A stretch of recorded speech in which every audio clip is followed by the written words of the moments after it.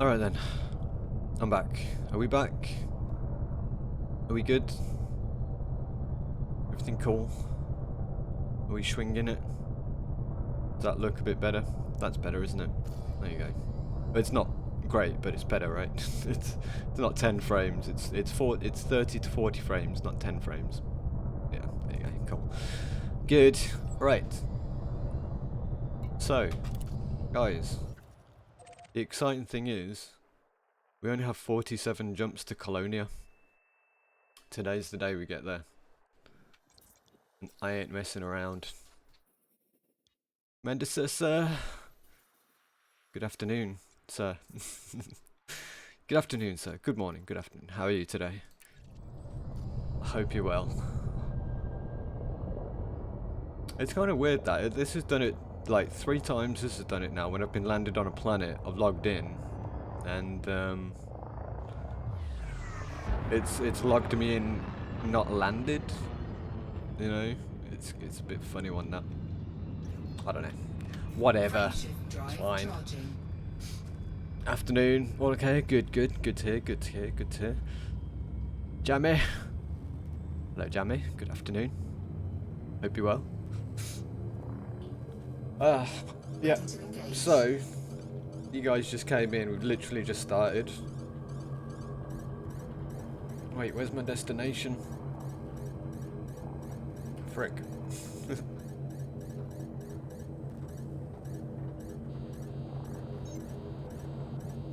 Wait, am I overheating? Oh, I'm hyperdriving too much. There we go. Frameshift drive charging. Charging frameshift drive way too much. Very well, thanks. Good.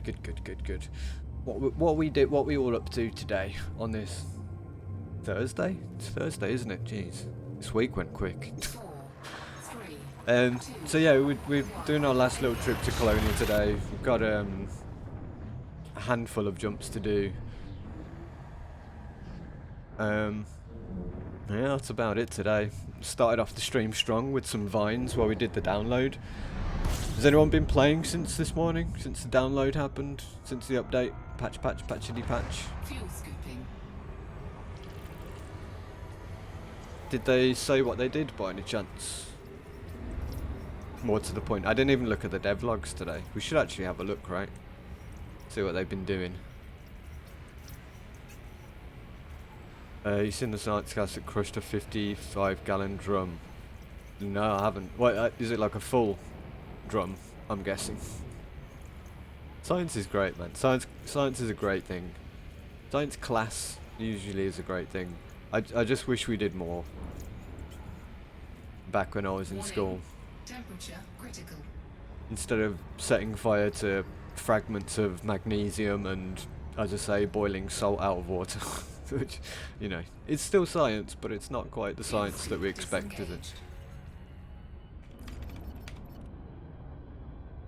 Haven't played yet. Alright, okay. Well, I mean, I don't know what their ideas were for the update. I'm assuming it's just general optimization and stuff, right? You know, your general optimizing. I mean, there's not much else they can do right now, is there? Apart from just tidy shit up. Tidy some things.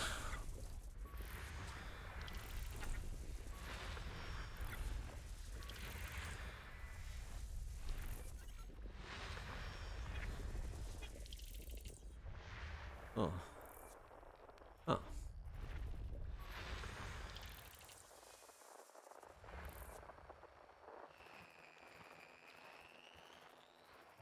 Yeah, I mean, it's hard for me to tell if they've made much of a difference.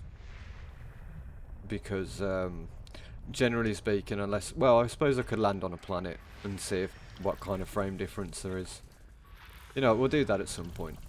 I probably should have checked the frames on the last planet, really, but, you know, no matter.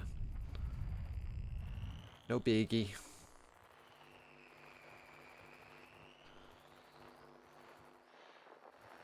Alright, where's this last boy?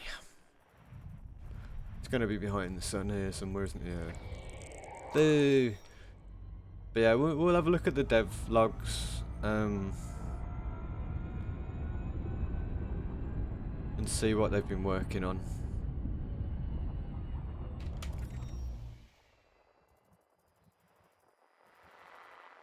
See what they threw at us today.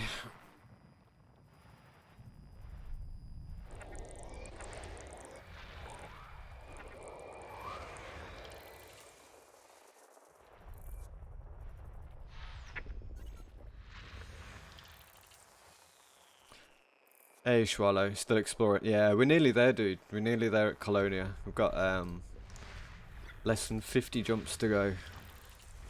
So we'll be there by the end of the stream today. Easy, no problem. If I'm not fanning around in systems too much, we'll be there by the end of the stream. No problem. System scan complete. But yeah, we did want to have a look at these logs, didn't we? Just to see what they've been up to. How much money are you anticipating? No idea, man. Literally just been scanning and scanning and scanning, so could be anything, dude.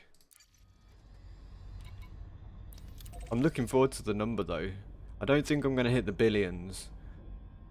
At least, yeah. Hopefully we'll get 1 million out of this. Hopefully. At least 350, all right. At least 350. That's what I'm hoping for. Alright, okay, let me just get, has anyone got a link to the logs, to the dev logs at all by any chance?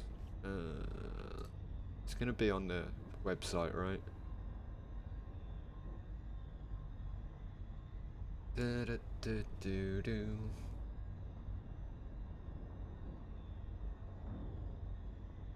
Right, news?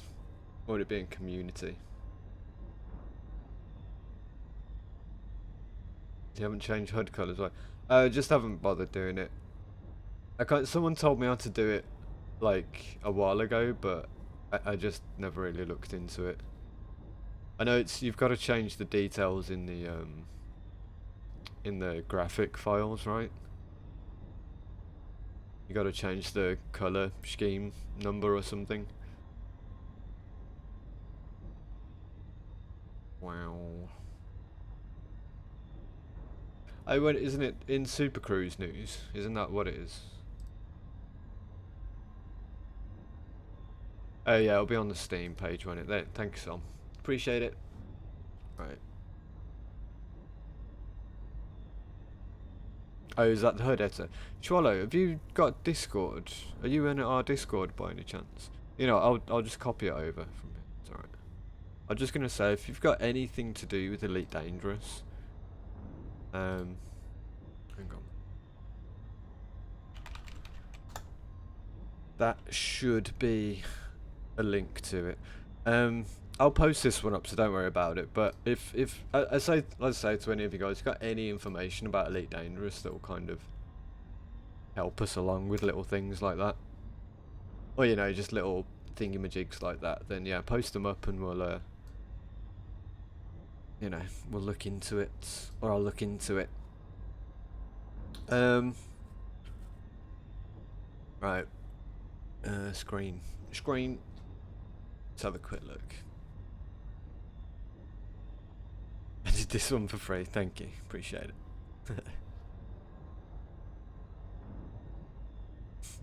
Rest is $100 each tip. Okay, fair enough. Okay. Well, I'll let you know if I need the tip next time. Okay. And you can invoice me as and when. God, that's an expensive hint, man. Oh dear. Alright, so within the UI, this is a lot of stuff that people are complaining about the UI situation. So they've fixed mod slot data not being set for fully upgraded suits in loadouts. Okay. So I haven't really delved into the suit situations yet, so I don't know too much about the problems with this. Well, I have to eat. Yeah, this is true actually, this is true. I can pay you in food if you want. That's probably not quite the angle you were going for, but I send you some crackers for some hints, man. A bit of bean on bread. There you go. Alright. Split off. Create loadout screen from edit loadout screen. Okay, that's good. Glad they separated that. New loadout flow now starts with a suit selected. Okay. Requiring... I'm going to go through these because it's going to be relevant to some of you guys, right? You know, some of you guys aren't going to be doing the suit stuff right now, so...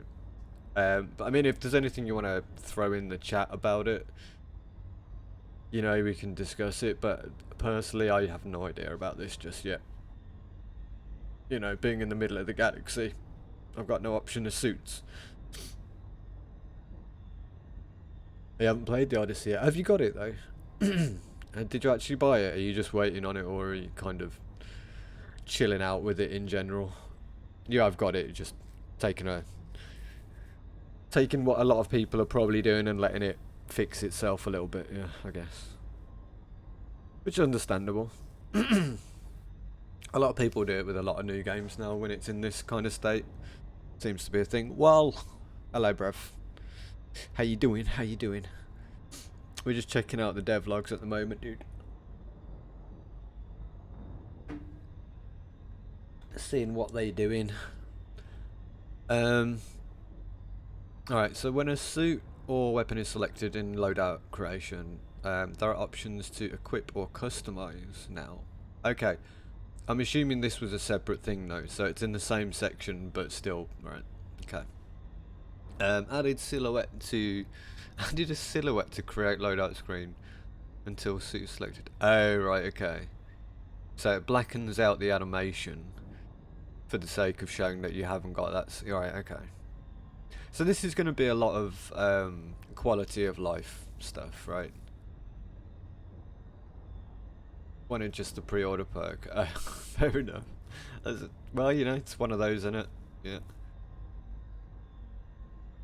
It's one of those. I should get that myself, actually. I don't know if I got... I'm pretty sure I bought into the pre-order. I'll have to look into that. I don't think I got claimed. I don't think I claimed it. I just wanted to get in on the early access stuff, man. Use loadout is now focused by default in the edit loadout screen. Okay. I don't know if that's relevant. Could you zoom in a bit?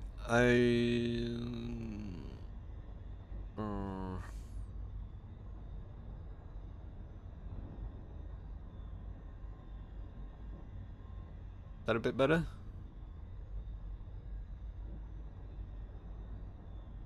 Merci, no problem. Momentai.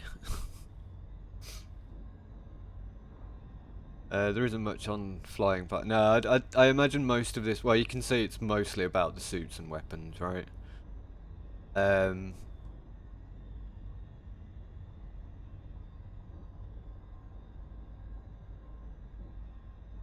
Yeah, I think a lot of people come. It's like UI stuff, user interface, and suits and weapons mostly.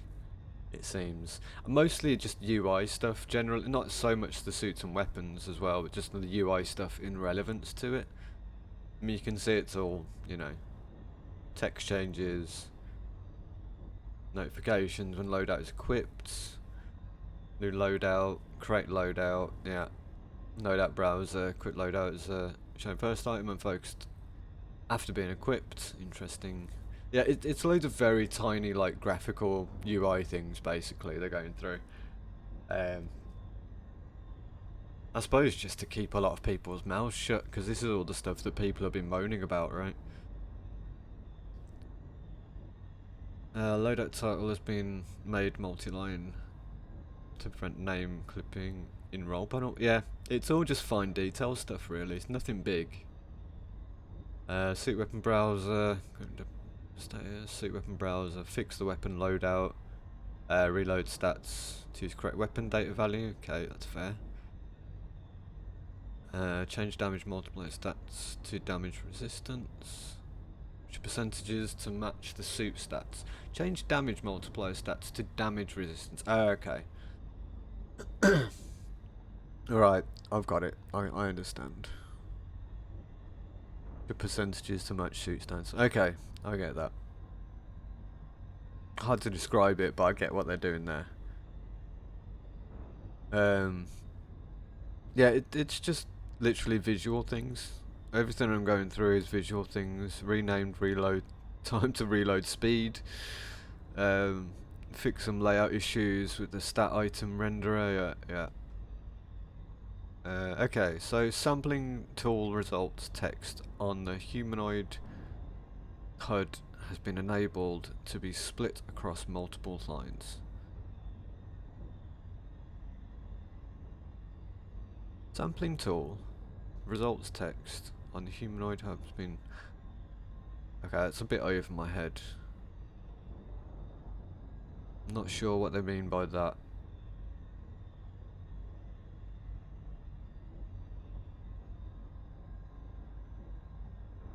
Oh, okay. I think that's like with the NPCs, you know, when you're going through missions with them. Yeah, I think I actually saw that. So, you know, you get like a separate screen come up when you're doing missions. I think it's to do with that. Like, there must have been some graphical glitching on that, so yeah, that's cool. Fixed full system scan UI jitters when in full screen mode. We've been doing this frequently since we left the bubble, and I've not really noticed any problems myself, but not to say other people haven't been having problems. Or maybe I just didn't notice it, I don't know. Transaction panel.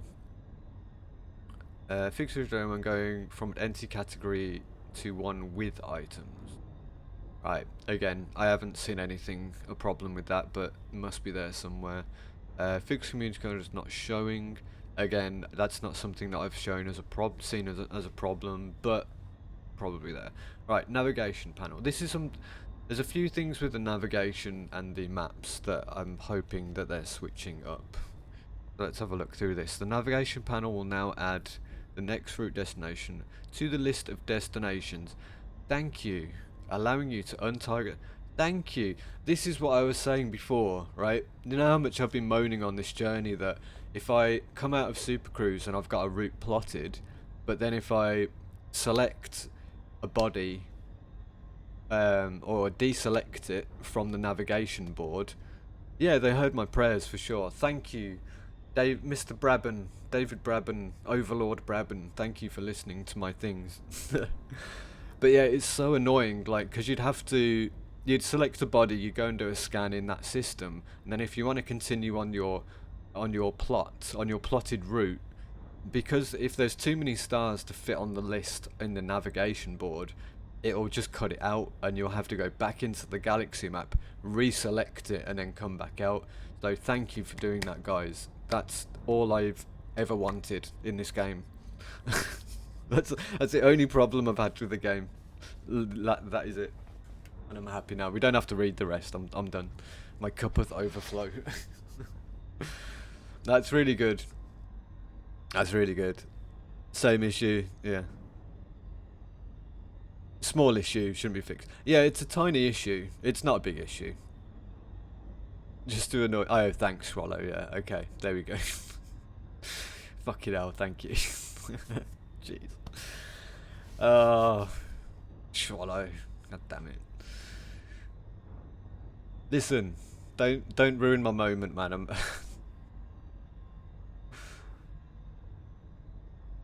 Alright, anyway.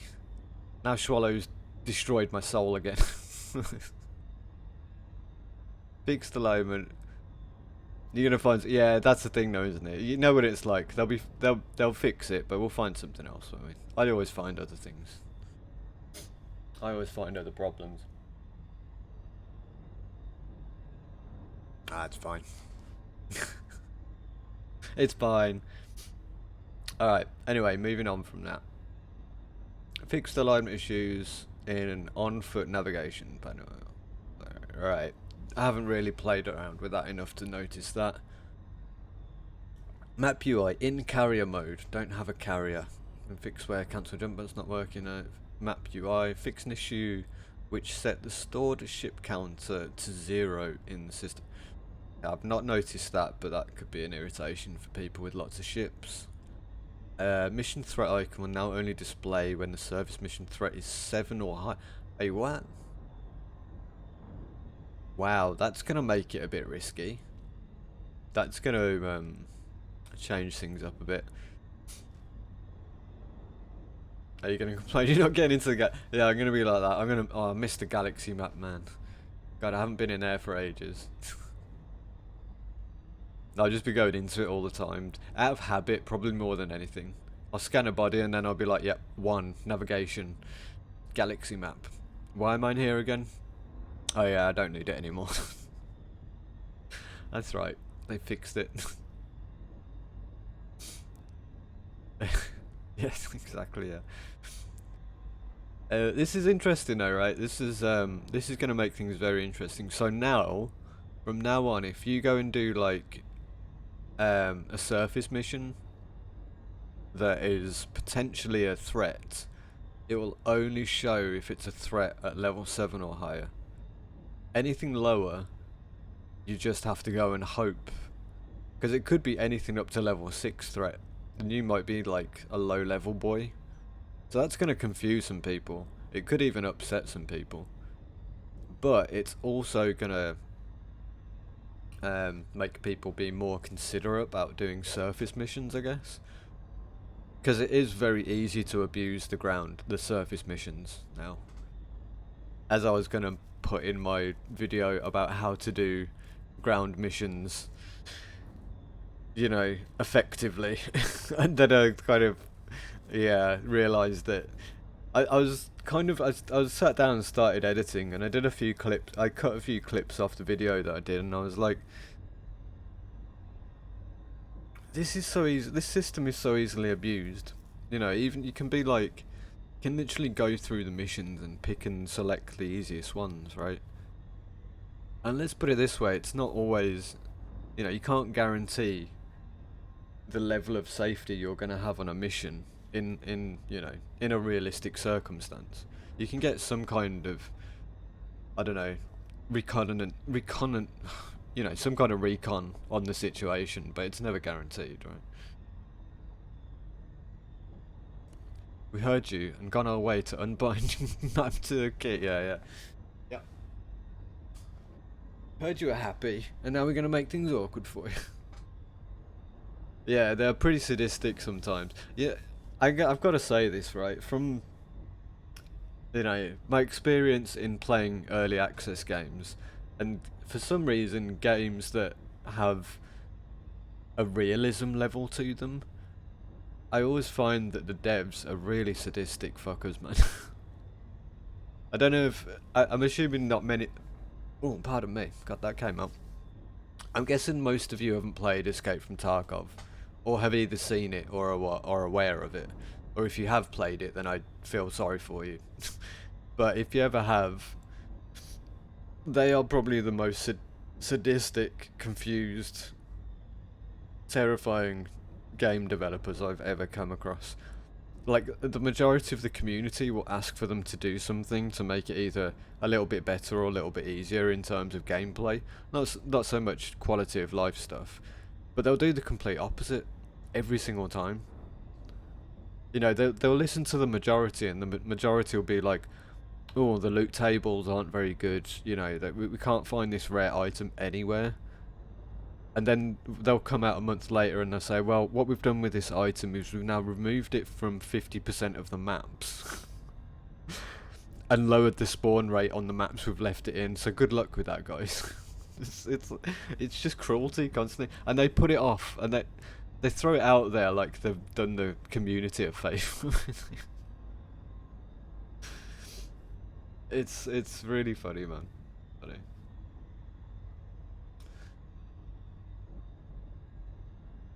Need a keybind. Oh yeah, that'd be nice actually. Keybind for request docking, that'd be good.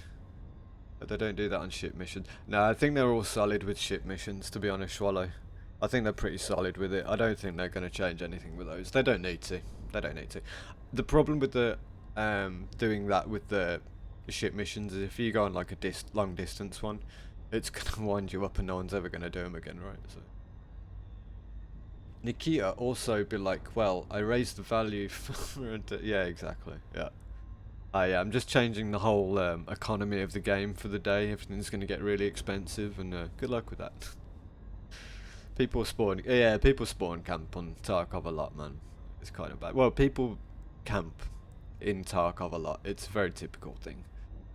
Hence why a lot of us are not playing it these days, because, and as much as I appreciate the kind of game it is, I'll always say it's a great concept of a game, but it's not the game that the devs want it to be. The devs always want it to be like a big open world survival type game, but it's, you know, it's gone in the direction of a weird multi-map FPS kind of game, you know. So high-end players have, yeah, exactly. That's the thing, though, isn't it? The balance in that game is horrible. There is literally no balance to it. But I think that kind of makes it interesting, because where there is no balance, there is pure chaos, isn't there? And where there is pure chaos, you know, pretty much brings its own balance, right? Because you can't have organised in chaos. You can't have things that are organised, and in chaos you can't. You know, that's the way they're going with it, I imagine. Just to have it such a mashup of anything goes that you can't even complain about it being unfair. Because if you put enough effort into it and you get good enough weapons, then it's then you're on that level, aren't you? But I mean, let's face it. The problem with the game with Tarkov is not the balance thing. It's never been the balance. The balance problem is people complaining about it. That's the only problem with it. And everyone complains about a game that they can't do well at, right? Especially if it's popular and they want to do well at it as well. Yeah, the problem with Tarkov has always been the performance of the game. It's always been the problem, and it's always been the biggest problem. You know, low frame rates in high detailed areas. Netcode issues have been the biggest bane of that game forever. And the worst thing about the netcode issue is most of the long-term players in the game know exactly what they need to do to lower that ping dramatically, to improve the player state for everybody, right? But the devs just aren't willing to do it because it costs too much money, or it just, you know, it'll tie them into 2 contracts with service providers or some shit like that. So it's yeah, bad development. Bad development on a potentially amazing game. They are just lucky that Twitch is about to boost that game's popularity. If Twitch was not about, that game would have died years ago. So yeah, anyway, after that rant of Tarkov, how do we always get into a rant about Tarkov? I suppose it's like the one perfect game to compare development to, right? Because it's done so badly. I'm sorry. Anyway, let's continue with this. We're Elite Dangerous now. We don't have to worry about Tarkov anymore, right? So where were we? So we did that one, right? Map UI, the mission threat icon. Yeah, we've done that one. So map UI, opening the galaxy map from the commodities market should now show the correct item selected in the market list. Okay, this will be very good for traders, right? This will be primary function for traders, I imagine. Not something that I've touched on, but this, just from reading this, I imagine it's probably something that, you know, heavy traders have been asking for, I expect. Fix center and opacity item icons. Yeah, I've noticed that was a little bit off as well, so that's detailing.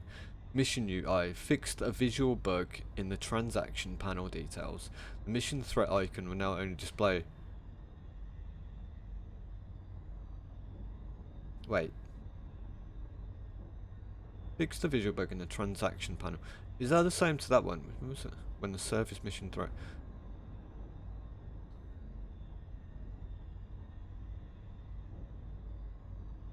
Wait, is this the same thing? Have they just written it in twice?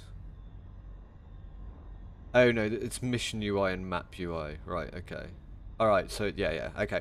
Same situation, different visual thing. Okay. So that's fine, just the same thing, different spot. Illegal mission texts have been moved in various panels, and now new labels have been created to contain the mission types.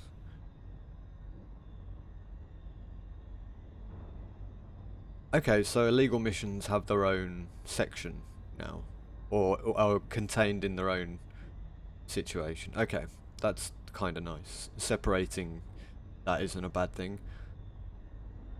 Once I'm interested in a reward box mission with okay, quality of life. Missing mission hub pop-up button backgrounds have now been added. Wait, what? Missing mission hub pop-up buttons. Oh, okay. So that's a texture thing, right? Okay.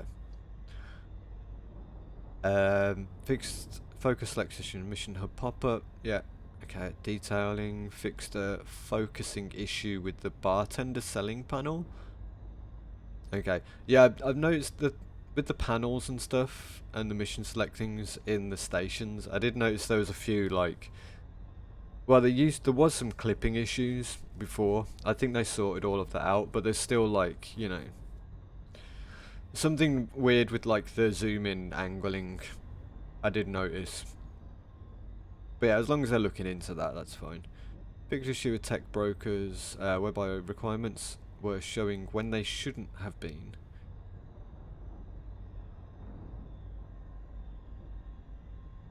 Okay. The layout has been made more dynamic to account for this. Right.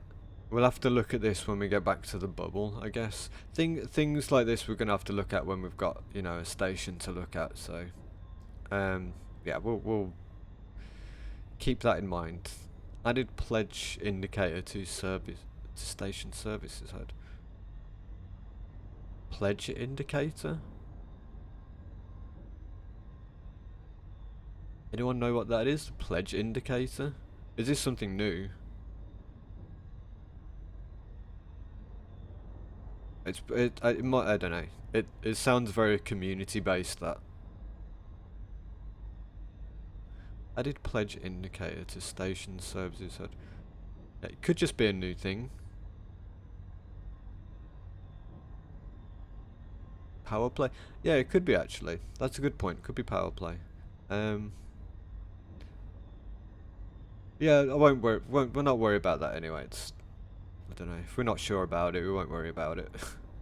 Unlock focus manager when hiding social panel pop-up incomes. Okay. That's it. That'll be a new feature then. Unlocked focus manager when hiding. Yeah, yeah. Okay. We can. That's something we can look at in a sec. See if that's something different. Fixed icons in buttons. Social panel pop-up. Okay, interesting. Fix an issue in the starport menu where wrong jurisdiction logo would appear. Okay, never noticed that was a thing. On page 1. Oh, okay. Right, okay, that's just quality of... well, it's just animation stuff, isn't it? So yeah, that's fine. Fix missing audio cues for installing carrier services. Okay. Well, that's not anything we need to worry about. Installing... no, yeah, okay. That's when you've got your own fleet carrier, basically, right? Added starport menu banner UI streams for default and engineer. Okay, so I think what they've been doing, by the looks of it, it's a lot of UI stuff, but by the looks of this and a few others I saw before, they're just adding new sections and more menus, just to kind of make it a bit more user-friendly, I think. Well, whether it'll be more user-friendly, but it'll be more visually friendly, by the looks of it. I think they're just trying to tidy things up right now, get everything so it's, you know, more user-friendly, more to the point. So yeah, which is good, because obviously a lot of people have been complaining that, you know, a lot of the menus and things are really confusing. I mean, what was it the other day when we were fitting out the, I think before we started the journey, and I was fitting out the Asp Explorer, one of you guys was like, you hate the new loadout screen, the outfitting screen. I totally agree, man. It's really, really confusing. It's fine when you get used to it, but you shouldn't have to spend so long getting used to a new system, right? it should be fairly easy to transfer your knowledge into the new system, right? Okay, so do that. Made the transfer all button wider and transfer UI for... Oh, nice. That would be handy. Something a bit more user-friendly that way. That's good. What they could do with that, instead of having the transfer all button wider, they could just move it to a closer position from the starting spot. In the highlight starting spot. Because it's what you've got to do is, obviously there's the left hand side menu, and you need to press right to go into the sub menu, but then you need to press up to go into the tabs for the sub menu, because you've got one tab and you've got another tab which is, you know, transfer all, or you've got your transfer button. And I think that's what they need to move a bit. Move the transfer button a bit closer to the left, so it's the first thing in the sub menu rather than you've got to go across and up, you know, just to make things a bit quicker. Anyway, just my 2 cents on that. Added modifications tab to the shop. Stored modules browser in the outfitting UI. Okay. In the same style as the ship loadout slots display. Right, okay. This will be interesting to look at when we get to a station. This is the thing we were just talking about, right? Making the modification stored module section easier to use. So there's something to look at when we get back to a station anyway. Modification tab will now only be displayed when modules, including stored modules, are modified. Okay, that's actually good, because that'll mean, you know you've got modules where you are, basically, and if not, then it won't show up, so. An icon will now appear next to module name when modified. Okay. Interesting. More signification things, basically. You know, more user-friendly stuff. Making it visually easy to access. Instead of clicking through menus to find if you've got something or not. You know, it's showing you what you've got before you have to do all the clicking, right? Fix the modifications tab not appearing when selected. When selecting a slot for modification. Wait, fix mod tab not appearing. Oh. When the currently stored items in the group are not modified. Okay. Right. Okay. Yeah, I think we had a problem with that before, didn't we?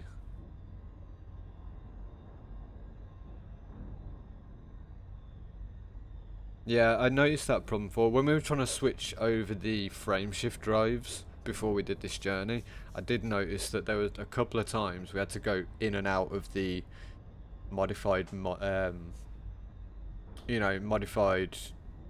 modification. It wasn't in the modification tab, was it? No, it's in the actual, like, module bit, wasn't it? But I'm assuming it was because we had modified. Yeah, that was it. It's because we had the engineered modified modules, and they weren't showing up initially. So you'd have to go out and then back in again. So, yeah. Yeah, I do remember that being a thing. Fix an issue where the settlement terminal mission boards return to social space. Right, okay. Again, I've not noticed that one happening, so. But yeah, clearly a thing.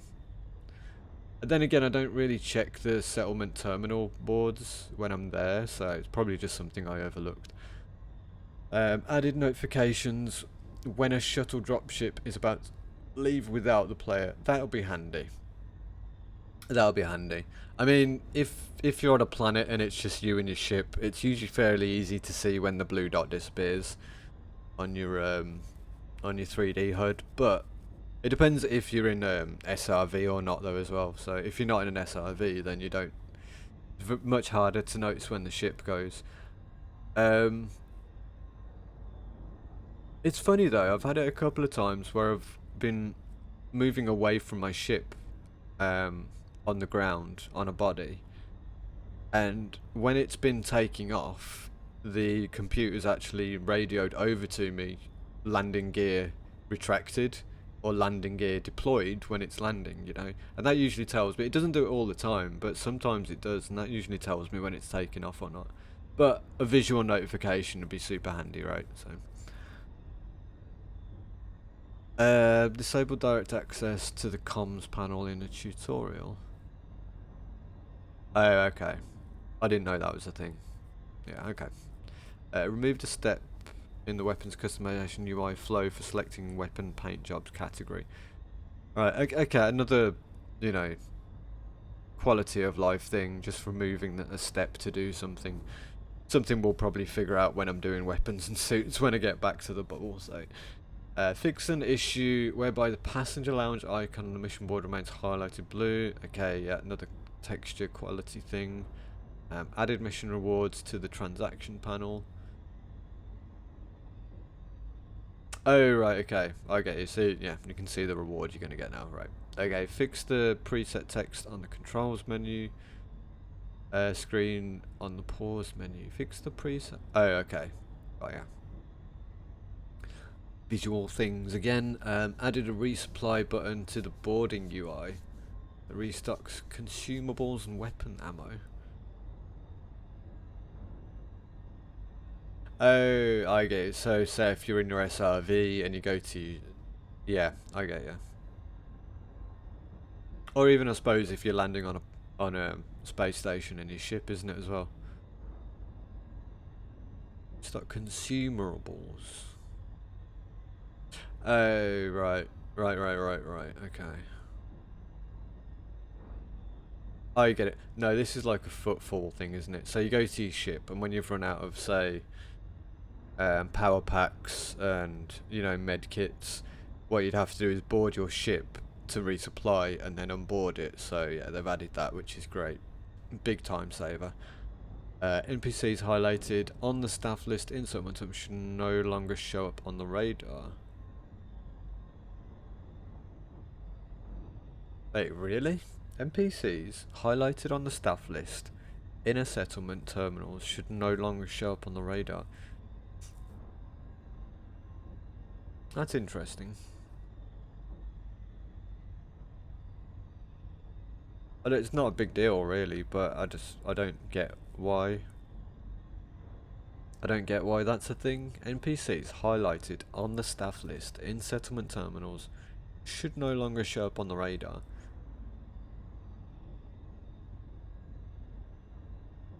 Okay, does that mean it's not going to show friendlies, but it'll show enemies? Is that what it's trying to say? I mean, I'm going to assume that's what it's saying. I'm comparing suit stats mods now taken. Okay, cool. Good. That's a good addition. I'm assuming before, like, you added a mod and it wouldn't show, it'd just show the base stats still. Okay. That's cool. Alright, so AI stuff. AI no longer become hostile to players targeted by settlement defenses. Right, if the settlement defenses are not hostile towards that which is targeted. Right, so the defenses can target you, but that doesn't mean the NPCs are going to be angry at you, right?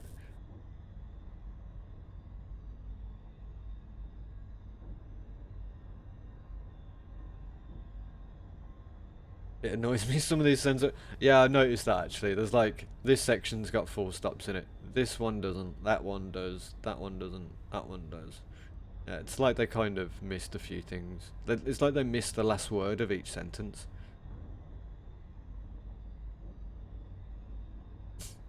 Yeah, I've just noticed that actually. It's in a few of them, isn't it? God, that is annoying.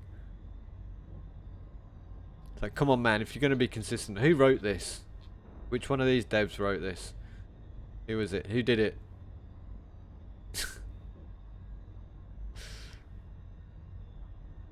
Alright, no, okay, now you've...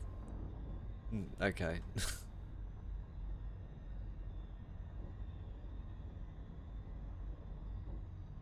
Alright, so audio stuff's not a big deal. We don't need to worry about that stuff, really.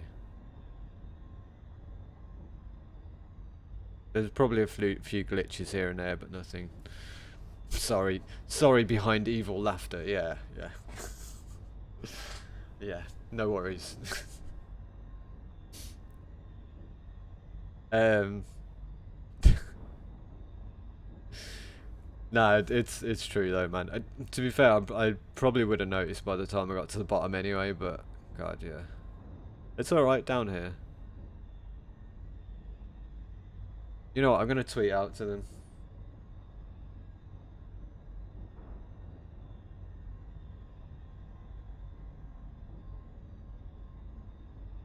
Oi, oi.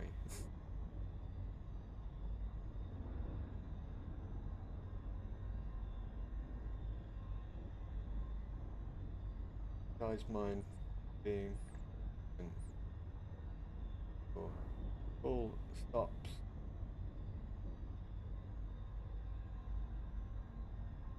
With your full stops in your dev report, please. My chat is losing their mind over it.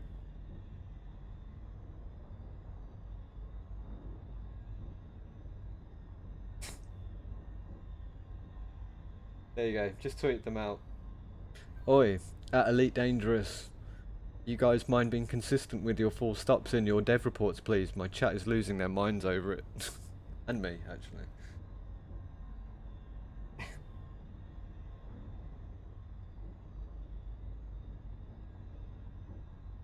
Just gonna upset the devs, they're just gonna make the game harder for me now. Great. Great. Alright, let's get through this quick, because I want to get to Colonia by the end of today, man. And we're just going to be here reading these devlogs. Trying to holler me. Yeah, graphical things. Helmet is now always on the loadouts. Good. Right, crashes and stability. Things being implemented to adjust crash related to occlusion culling. Okay, that's interesting. I didn't notice that as a thing, but I suppose it is a thing. Maybe coming out of jump from that? Probably coming out of Frameshift Drive doing that, isn't it? A fix been implemented to address a crash related to settlement data. Yes, I have noticed that. When you come into a settlement sometimes, before it was very much struggling when you get to a certain loading point. So yeah, you know when it feels like it's going to crash but it just doesn't. A fix been implemented to address the encountered address crashes encountered during fleet carrier jumps. Okay, something I don't know about, but anyone who's got a fleet carrier will probably have felt that one. Map, yeah, things been implemented to enjoy a random crash where exiting system map. Okay, I've never had that one, but I did hear a couple of people having that. Things been implemented crash with kinematic system. Okie dokie. During multi-crew caused by vessel landing.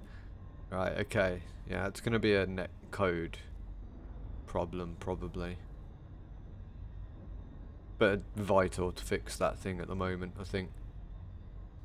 This is the vital stuff, really, isn't it? The turbo lift becoming unusable if a player is dropped. Oh, that's interesting. Never seen that happen before. But yeah, that's going to be an annoying one to come across. Crash during a turbo lift, and then you can't get and use that turbo lift again. That's bad. Crash if the current vessel is docked but not allocated a landing pad.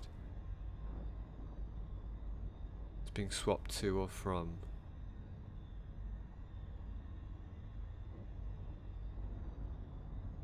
Wait, what? How is that even possible? How can you be docked but not have an allocated landing pad?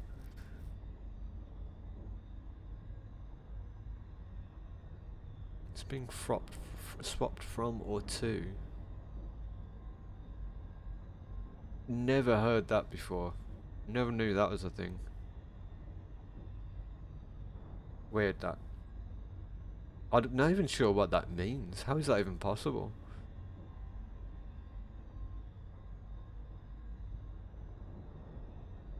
I don't know. Anyway, if it's something they're addressing to fix, that's fine. If it is a problem and it's a problem with people and they're fixing it, that's fine. Okay, so anyway, implemented address issues where a player can become desynced with their server inventory while donating fuel. Oh, that's an interesting thing. Again, never had to do the donating fuel thing. I haven't done it for a long time. But yeah, that's a big player function. You know, that's a necessity, that one.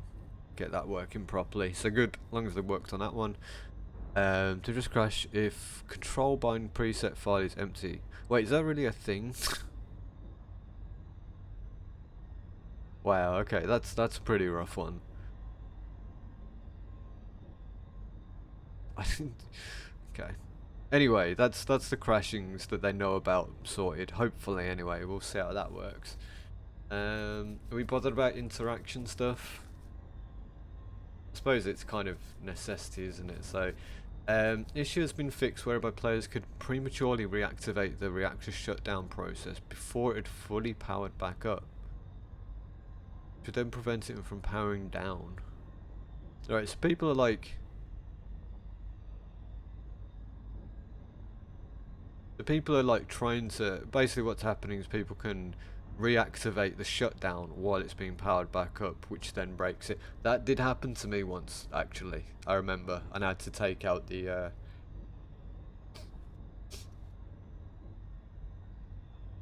I don't know, I tried to take out the thing from it and it just wouldn't come back out. So yeah, I'm glad they fixed that anyway. File's been updated so AI will no longer accidentally walk into them during gunfights. Whoopsie daisy. Now, we've never seen that happen before, but damn, I wish they hadn't fixed that by the time I'd got back. That would have been funny to see, right?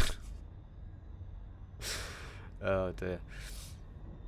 Can you imagine, like, okay, I'm not gonna go, yeah, okay. I'm just having funny visuals, that's all. Right, anyway, a number of fixes have been implemented to address some building. Room lights not turning off when reactors shut down. Okay. Interesting. Realism fix. A fix been implemented for an issue where airlocks would become stuck closed after the alarm's been deactivated, resulting in AI gets... This poor AI, man, they're getting a hell of a lot of stick at the moment, aren't they? Issue whereby at point of interests AI sometimes spawn under the ground. For real? Okay, that's interesting. I suppose that is a thing actually, because sometimes when you get to a point of interest on a planet, say like a crash site or something, sometimes because of the texturing of the terrain, things just appear, you know, things literally just get spawned in underground. It's, you know, not a big issue with the general items, but if AI are doing it, then yeah, that's pretty shit. That's pretty bad. But yeah, fixed anyway, so. Right, addressing exterior terminals not powering down at offline settlements. Interesting. Again, not something I've noticed before. Implements to address an issue where the art cutter would get stuck in the corners of panels during a cut. Now, I have had it where it's almost like the cutter isn't actually cutting. Like, you know, normally it locks into the point, like the cutting line, right? So I've had it in some of like the square big panels on ships where it's like one strip, where I've been cutting left and right, and I'll get to the edge and it won't stop, you know, it won't stop me within that line, it will just keep going, and then I'll come back to do it again. It's almost like it hasn't done it. So maybe that will help fix with that.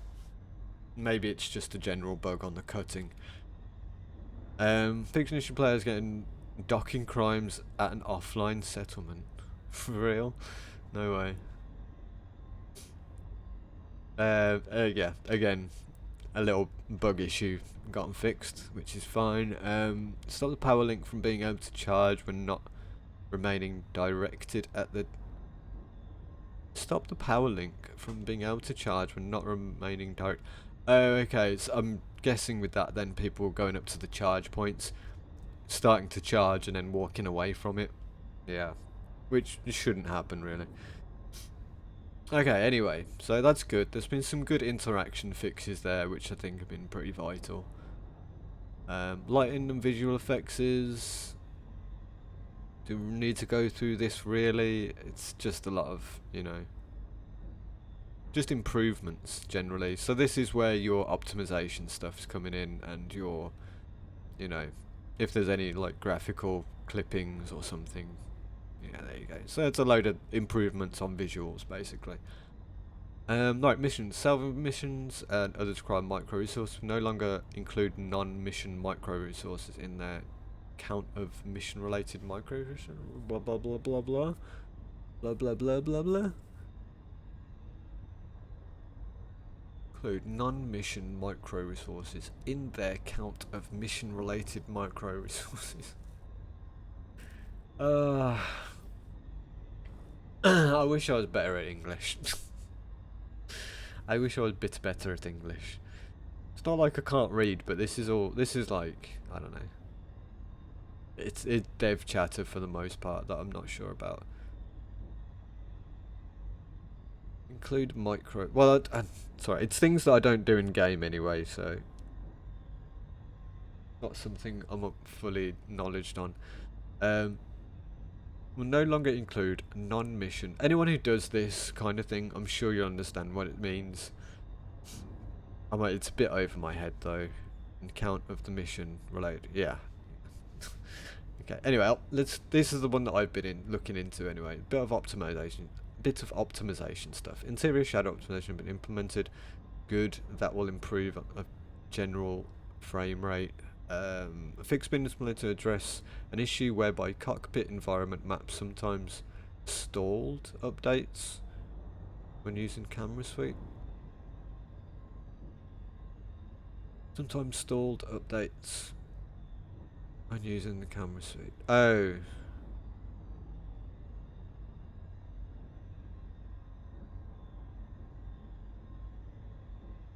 Right, okay. Terrain optimizations made. Okay, this was needed. Some terrain optimizations. The ship stuff, not so much, right? Because the ships are looking good. But I suppose this is like a tiny individual issue that people have been throwing at them. Terrain has been needed to be tidied up a little bit. Even putting another layer into it, because I notice a lot of people are still getting that blocky texturing as you get a bit closer. So they could just put another couple of, I don't know, layers into that, I guess. That's a time thing though. Sorting that out is going to take time. You know, that's not an overnight thing, sadly. An issue's been fixed where bound spheres used for culling was not central to the object. Again, not sure about that one. Right, point of interest. Burning gaps underside of wreckage in the Thargoid crash site. Point of interest. Okay, haven't done the Thargoid stuff, so I'm not sure about that. PI spawning all over the galaxy. Yeah, I didn't see that as a big problem, you see. I've not noticed that as a problem. Admittedly, as we've been going from the bubble to Colonia, I've noticed on some moons there is occasionally, on a very rare occasion, like maybe one in a system, there'd be like a power source, a place with a power source on a planet or a moon.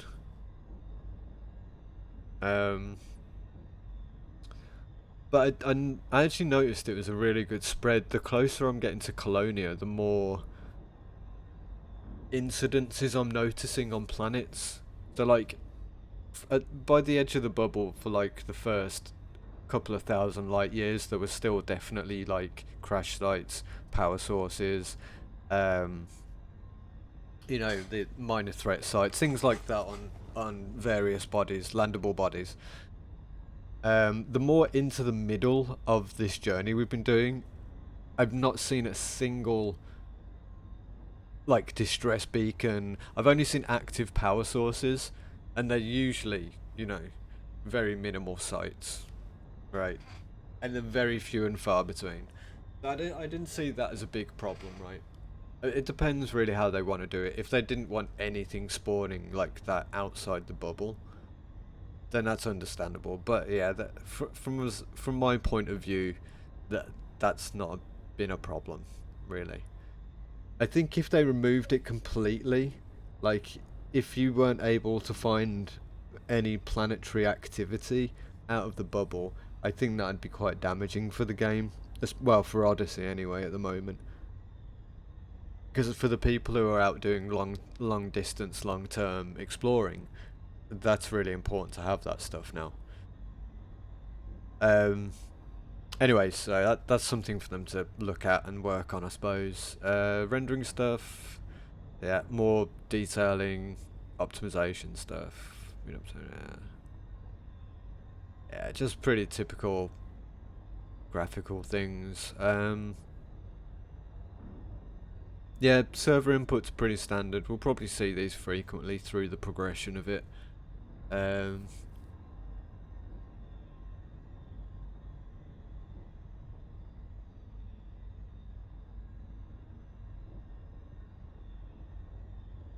Redistribute weapons, suit vendor allocations, fix some unlocalized text in known UI, yeah. Issue been fixed with a referral request for Hero Ferrari. Wait. Oh, this is going to be like an engineer, right? Fix some combat buttons for destroying Thargoids being lower on Odyssey than Horizons. Fix some combat buttons. Oh, okay. That's understandable, because with Odyssey we obviously have, you know, access to other things that Horizons don't. So yeah, it's understandable we'd probably get a lower reward for it at the moment. Multi-flow optimizations and stability improvements have been made. Okay. Clearly a lot of people are having problems with the fleet carriers at the moment, it seems. So, yeah, probably something to think about when we come to buy one at some point in the future. SOA cause players and ship, rebuy flow and the relog, yeah, fix issue and non-carrier modules could be, okay, more fleet carriers. Where some commanders, NPC crews and skill rank progress notifications not triggered correctly. Yeah, some server optimizations have been made, yeah. Okay, so general server stuff is good. That just means connectivity quality goes up. Quality of life goes up, you know, gameplay quality improves. Poor billionaires, I know, poor sods. Well, you know, sometimes the Jeff Bezos of the world have to take a kick in the teeth as well, right? Just once in a while. Correcting an upside down decorative screen attached to... Alright, I'm not going to go through these, because these are obviously tiny, small, you know, texture, graphical details. Yeah, it's all general tiny things. It's not a lot to go through, really. Things that we probably wouldn't notice if we're just grinding through the game, but this is stuff that people have like specifically gone out and tried to break, right, in the game, and found these little broken bits in it.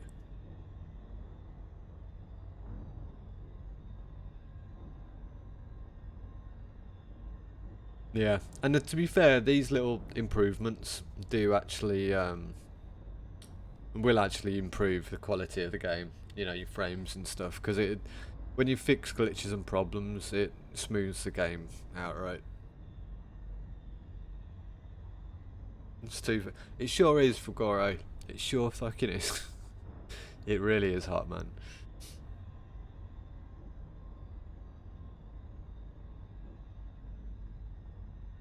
Poor billionaires, why? Ah, no, we're just joking, sir. Don't worry. It's just this, because there's been a lot of, noticeably reading through this, there's been a lot of fixes needed for the fleet carriers, and obviously Som was just being joking. Som being a noob to the game as well, you know. You know, when you're not a billionaire, you kind of salty over people being billionaires. I certainly am. I can't wait to get a fleet carrier.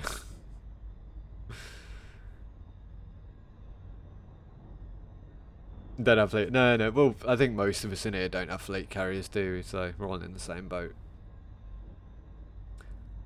But listen, Som, I don't want to hear any of that sarcastic poor billionaires stuff when I get my fleet carrier, okay? Because you're going to be on it with me, alright? We are then the billionaires, okay?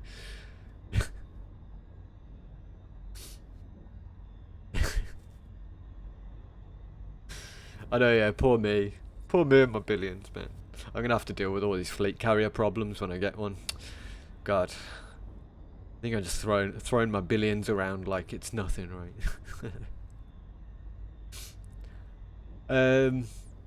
Okay, I think that's all we need to go through, really, isn't it? That's about as much as we need to check out. Apart from the Ark stuff, which, you know, people are... I don't know. I think that's probably the most we need to deal with, right? Corrected offset pipes outside RAM.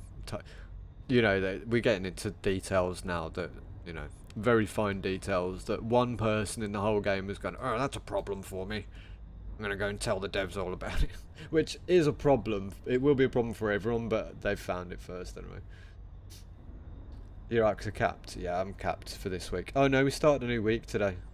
Start a new week, so start earning your beans again. You can start earning your beans. It's fine.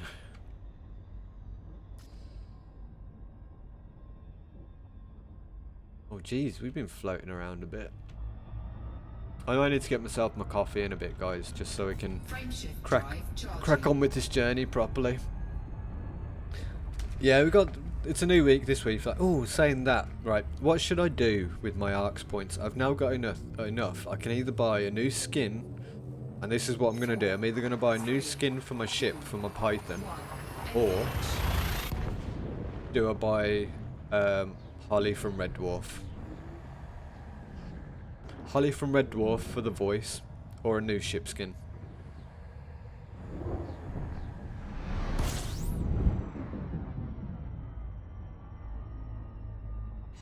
The voice. So I'm straight in there with the voice. Yeah, I need the voice, really. I do need to get the Holly.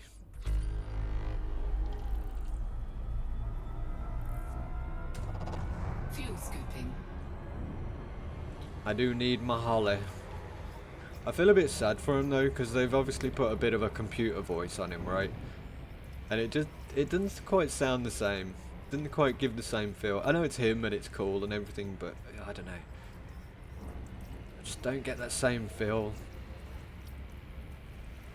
You know, I want to see his weird little face on a screen in the top left of my dashboard as well. He's such a legend though. There's so much credit for that dude. I'm so glad he was in Red Dwarf. Wanna record? Yeah, that'd be cool, right? If you could just do your own voice. Fuel scoop disengaged. That'd be very cool, man. You just get like, just record your own, right? But I just have like animal noises doing mine just to confuse people. You know, obviously it gets to a point in the game where you've played it and you kind of know what's going on. You don't need a computer to tell you what's going on, right? I just love to have like random elephant noises or cat noises or dog noises. Yeah, I don't know. Just something to confuse people with.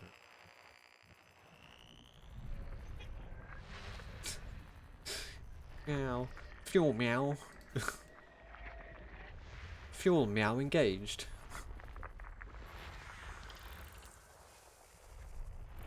Frame shift woofed. Frame shift woof disengaged. But obviously it wouldn't be the onomatopoeia, it'd be an actual bark and a meow and, you know. I'm just not very good at making animal noises, alright? I can do accents, I just can't do animal noises.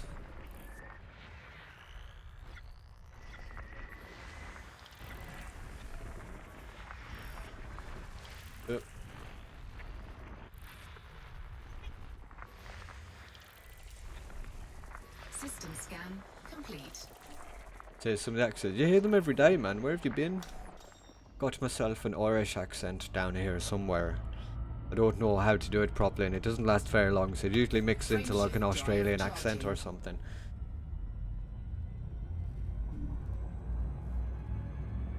Oh, those are your good ones. Nah, you know. Nah, I'm not good at them. I pretend I'm good at them. But... Listen, I'm trying, alright? Well, I'm not trying. At least I don't go on TikTok and pretend I'm like really funny with accents. But maybe I should, because apparently it's where all the simpletons go to make money from doing simple things, so... Let's go on there, pretend to be English, you know. Aha, I've got a British accent. Cup of tea, sir. Nobody knows I'm actually English, so they just pay me loads of TikTok money, you know, for being hilarious. Anyway, so I'd love to hear your accents.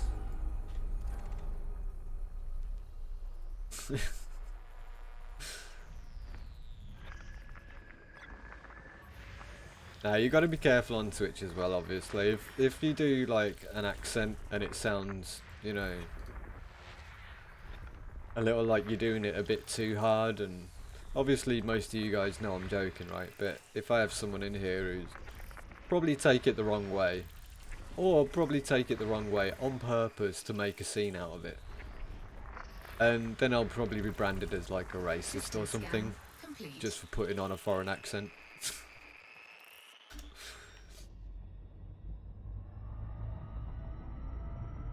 You know what Twitch is like. You know what the internet's like. It's risky business, man. Deleting TikTok is the best decision of the last 2 years. Never had it. Never gonna get it. Literally don't care for it. Can't do it. Don't.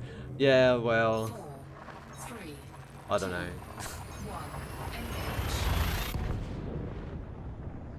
I try. But yeah, at least I'm only doing it here for you guys, right? I'm not embarrassing myself in front of a crowd of people. In front of a crowd of 10,000 people in the Birmingham Hippodrome or something. Or the London Alexandra Theatre. In front of thousands of people trying to be funny, thinking I'm funny and actually not being funny. But the truth is, I know I'm not actually funny. I try to be funny, I know I'm not funny though.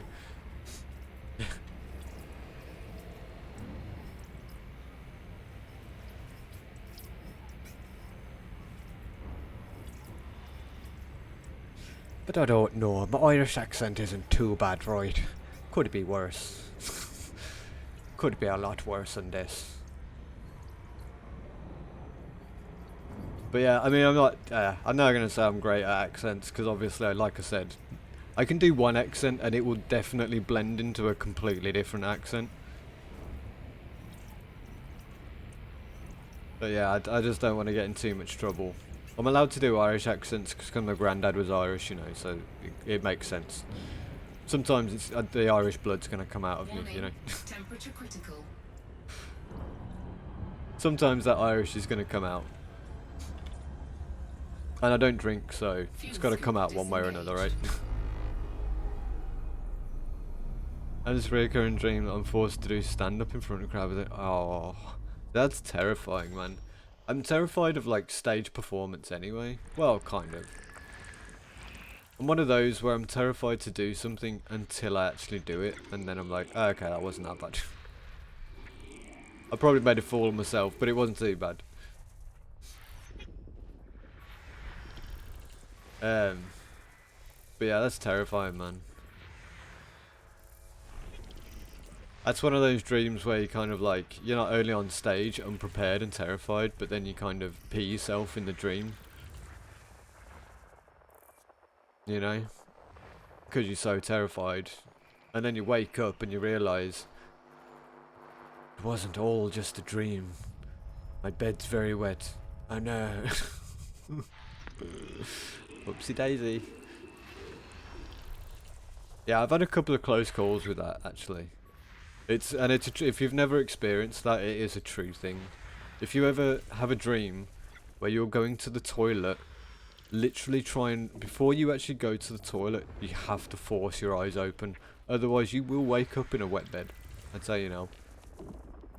I think I've never actually wet my bed before as a kid, right?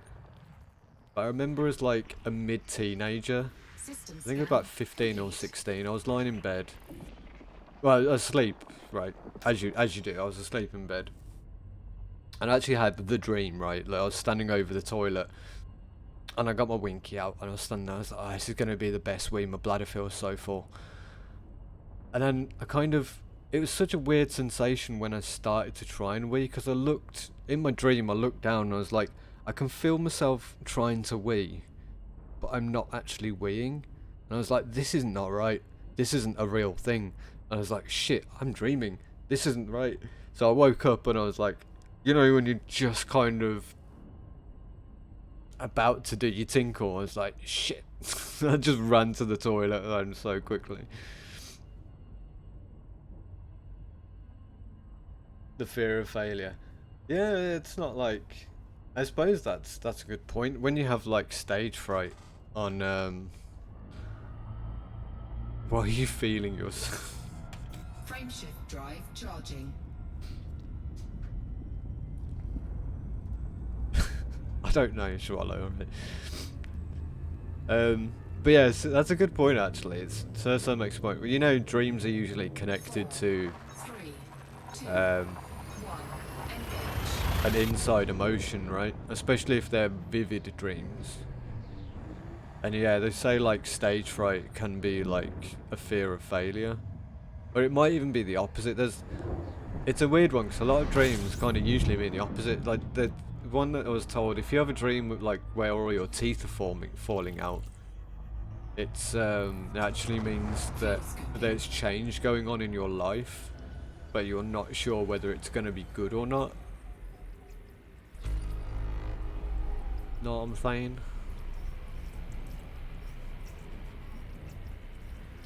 Like, I mean, usually we have strong dreams due to an emotional response, right? Warning. Temperature critical. Wah, wah, wah, wah, wah, wah, wah. Alright, hold up. Let me just get this boy here. System scan complete. Lol. Alright.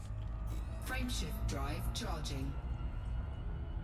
I do feel like performing in front of some people is way harder than performing in front of 7,000. It can be. How many people are in here? Well, there's like 5, 6 you guys in here at the moment. But then again, I'm not. I think there's a difference between face-to-face 1. Engage. performing and this kind of performing, right? I've just got to sit here and judge what you guys are feeling like by the way you're typing. Whereas if you're standing on the stage looking over a crowd, you see everyone's faces, right? You see someone's face who isn't happy with your performance. You know, you've got a bit of a struggle ahead of you, right? Because then that affects your mentality and your performance, depending how you take it, of course. And I suppose the point, as you're saying, is in front of 7,000 people, there's not so many people to. There's so many faces to recognise and to look at that you don't really look at them, right? You tend to miss looking at the emotions, and you just keep going with your performance, right? You just keep on going until you get to the end and hope that it went down well. With 7 people in front of you, you're always looking at, you're always seeing what every individual is talking and saying, you know, Fuel soup disengaged. and what emotions they have on their faces. So yeah, it can be a little scary with less people. Because aside from that, you know, it's not like people have come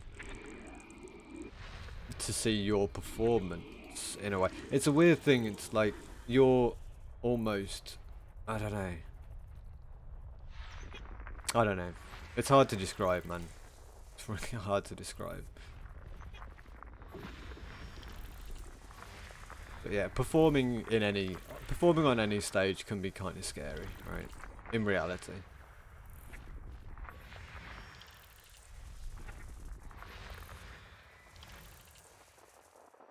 Lucky for me, I've had a lifetime of trauma that has caused me to not have so much care about the consideration of other people's emotions. No, I'm joking, by the way. That's a jest, by the way. Although I still agree, unless if it's not severe trauma, you know, a little bit of a bad time in life can make good character, right? Sorry, I'm not looking at chat at the moment, I'm just scanning. Give me a mo. I'll catch up with you guys in a sec.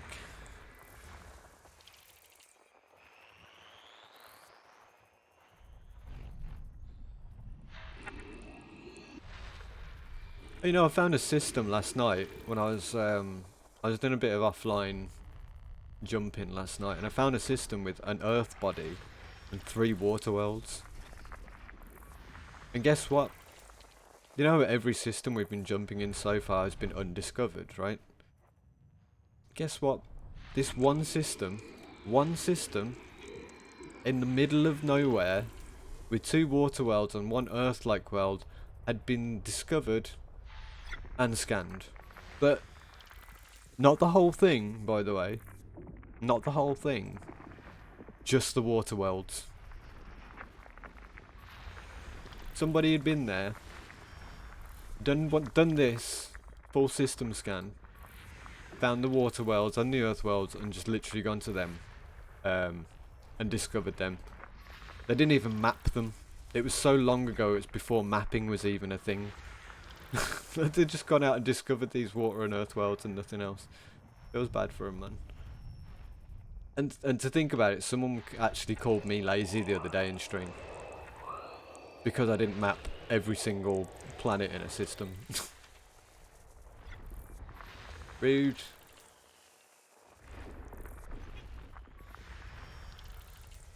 Alright, I'll be done with this one in just a moment. I also came across a system last night with, I think it was 65 bodies in it. I swear it took me like an hour to scan everything.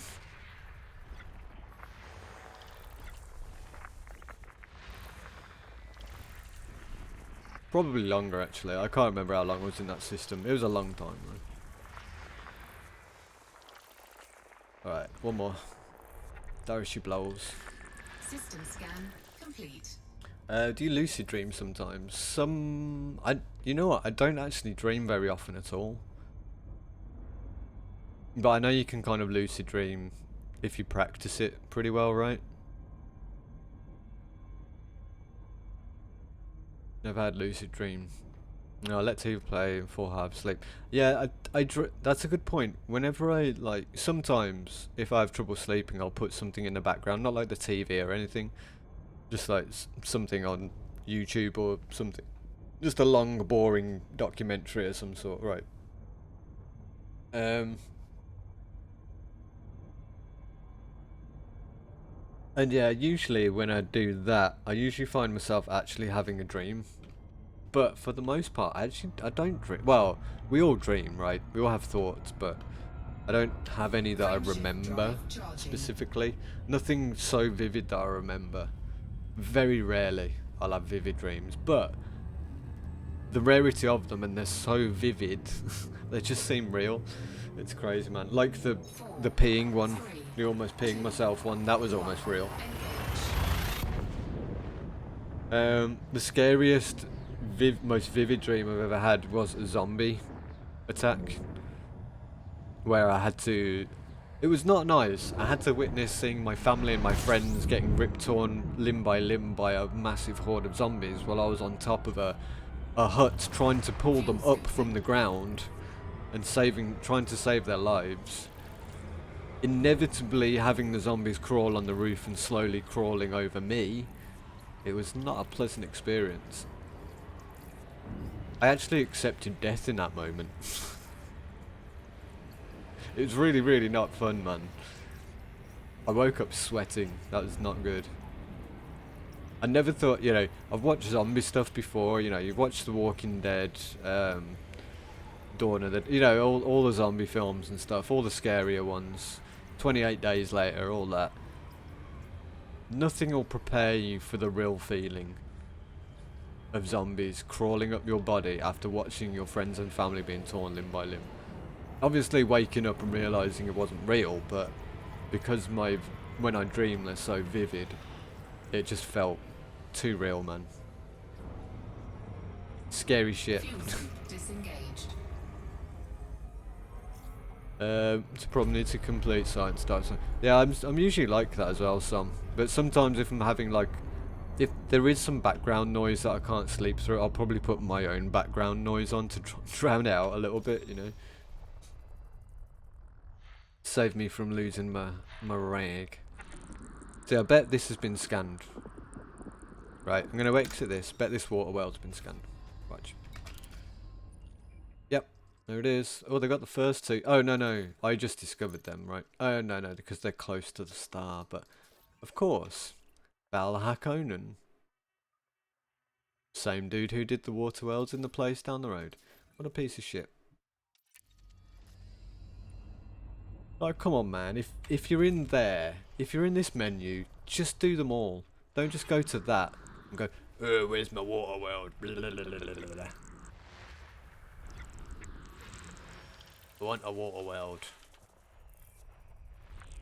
Missing out on doubling your money per system. Doesn't take that long either.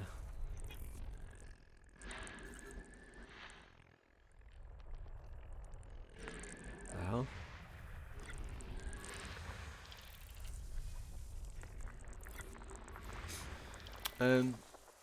Set on a cartoon channel, I'll have fun dreams. Oh god, yeah, I bet, man. I bet.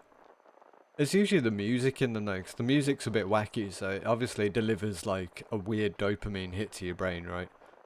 Or up in music, yeah, I bet that kind of sets stuff off. I need to spend some time doing like sleep improvement stuff, because I don't sleep well anyway, so I'm just one of those. Bit of a bad sleeper generally, so don't have the time and nobody around except for my cat. That's another thing, right? Don't you find that cats are actually like a great thing?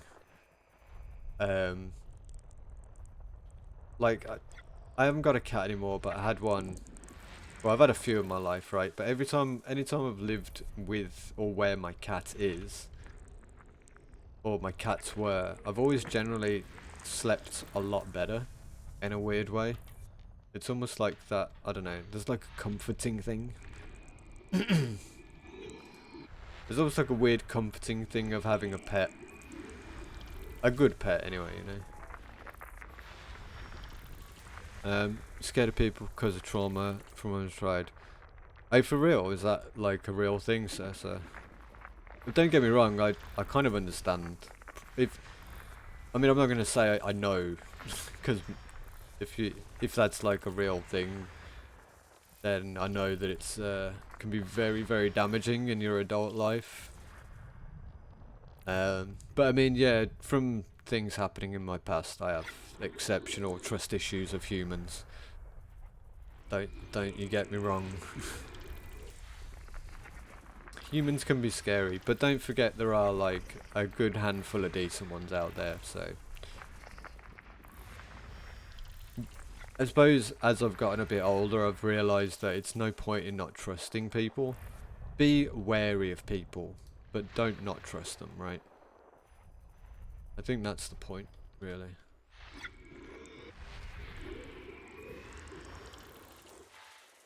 Because yeah, as bad as most of the world does seem, humans have a great capacity to be good. But what I've found with humans is humans just believe that it's easier to be bad. Which it is, you know, it's so much easier to be bad. Instead of going out your way to be helpful and kind, right? Because you've got to go out your way to do that. Being bad, you can just turn around and walk away from everything, right? So a prime example, right? A few weeks ago, the wind in my local area was massive, right? Much windier than it normally is. It was the night before bin night, so everyone had put all their bins out on the side of the road.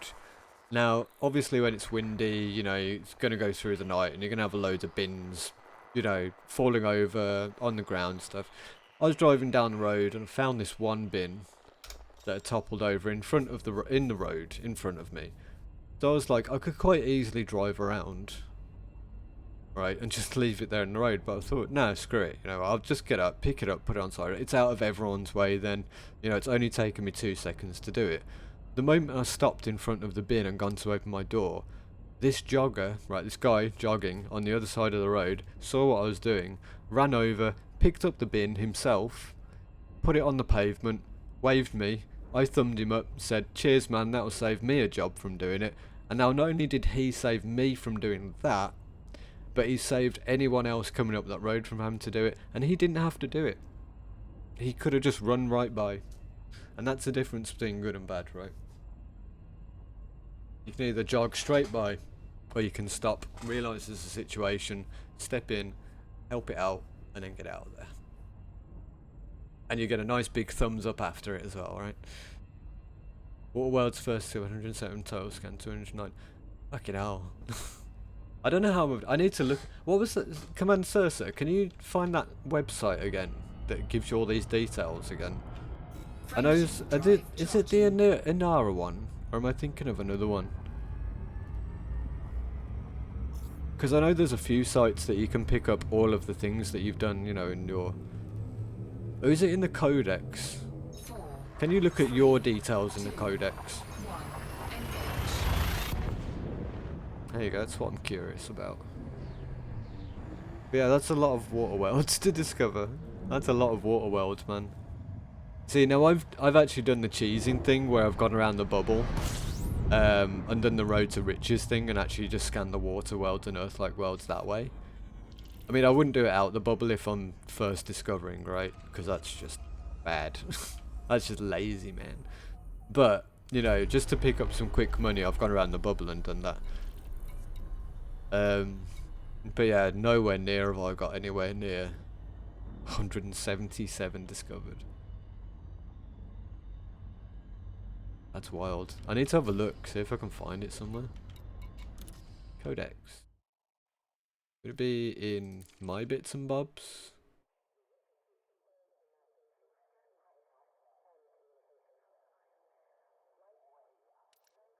Archive.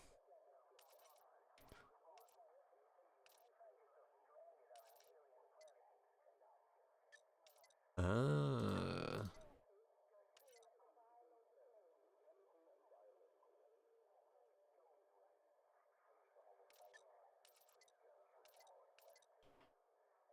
Ah, this is all like my information I've picked up. Right. Is it stats? Yeah, there we go. Exploration. Oh, this just teaches you distance and stuff, right? Systems visited 2,301, which is pretty much nothing compared to most people, right? 56,000 total light years jumped.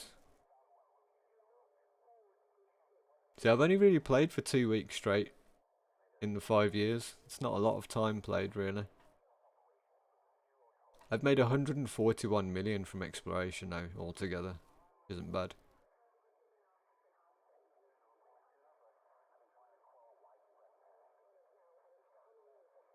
But yeah, I don't know where to pick where... I don't know where to find that information from, though.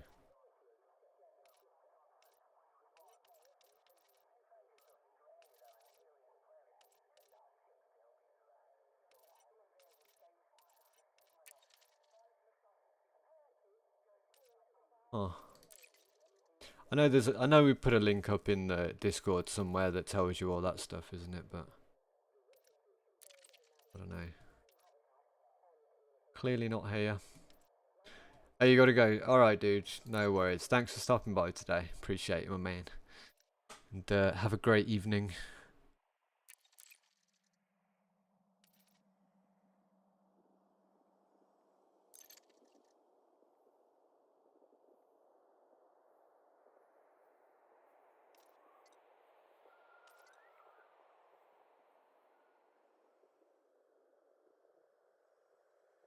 So I've confirmed one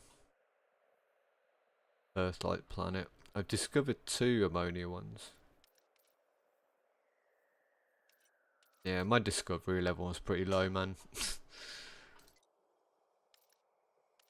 But these are all like new types, right? Like discovered new types and stuff. See, I've discovered like 9 white dwarfs apparently, or I've reported 9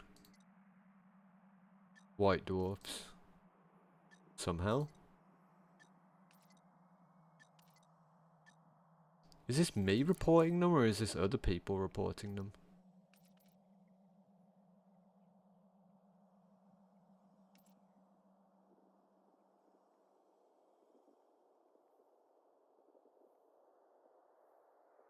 Yeah, this is me reporting and confirming. So I've found a black hole that no one else has found before, apparently. Or is this other people have reported it and then I have to confirm it? So, so this is all very confusing to me as well. Anyway, whatever. We've got to get to Kelowna, haven't we? We've only got like 3 hours to do it. Alright, let's keep jumping.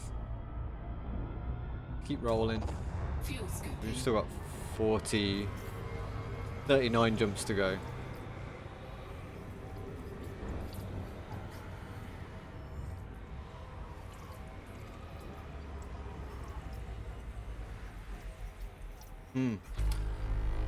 Yeah, I want to do the coffee thing now. I need to do the coffee thing, guys. Me Fuel thirsty. scoop disengaged.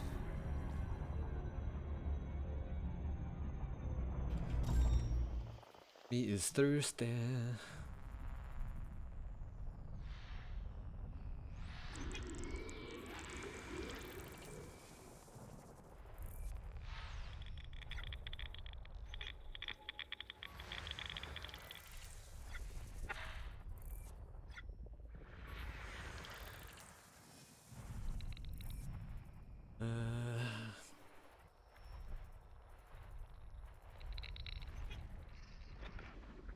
System scan complete. Alright, while we fly, I'm gonna do the coffee thing. Alright, guys? I haven't had music all day, have we? I'm really terrified about the DMCA thing at the moment. Pretty terrifying, man. You know what? These are all copyright free. Well, they're not. Who knows? It doesn't matter. Who cares? Anyway, give me a tick. I'll be back, right?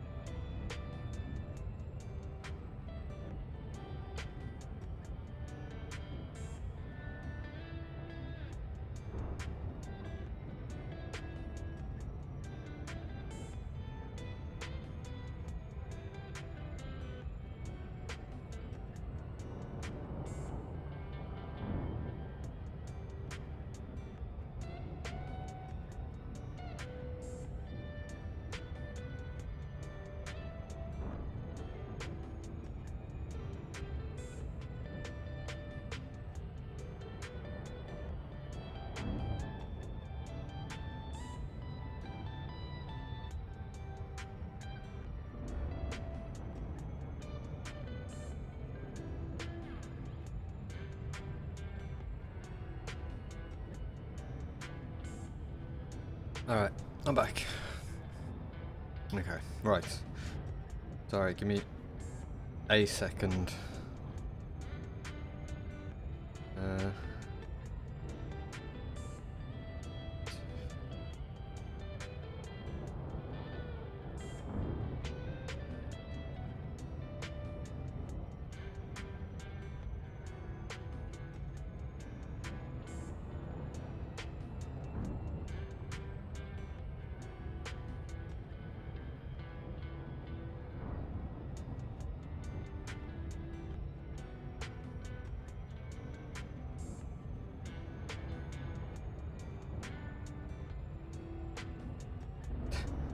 So I just texted my mate.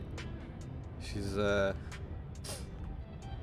don't know. She's having some issues at home. Not going to go into details about it, but you know, I've got to be the good friend about it, especially while a boyfriend's on holiday as well. So it may be a case I might call the stream a little bit early today. I know that sounds really bad because I've only been on for 2 hours.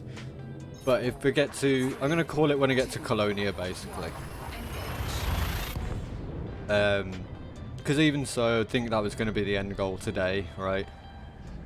And yeah, then on next stream we can concentrate on doing some proper stuff. Because the thing is, when I get to Colonia, right? When I get to Colonia, I'm gonna see how long it's gonna take to get my Python there, right? Yeah, it's one of those. It's not like she's in a really bad situation, but you know, if I can call the stream a little bit earlier, then I can get out there and just, you know, be a bit of company for her for a little bit. But yeah, it's not going to be all the time, this, don't worry. This is just while her boyfriend's on holiday, and you know, it's not like she hasn't got any other friends, but it's one of those, like, she texted me earlier with the intent of inviting me to hang out, so I should really, you know,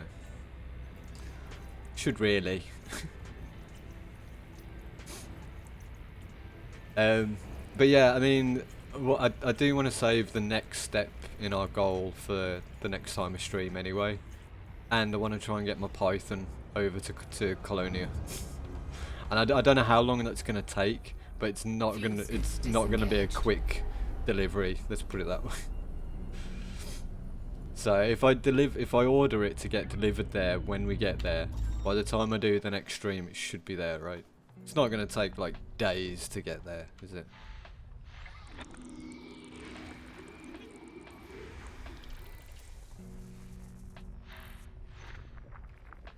It'd be funny though, right? If we get out there and the delivery time for my Python to get to Colonia is like hours. That'd be funny. It's taken us it's taken us over a week to get there. With scanning, you know, and all that jazz. But, you know, it'd be kind of embarrassing, wouldn't it? A large cargo vessel makes it there before we do.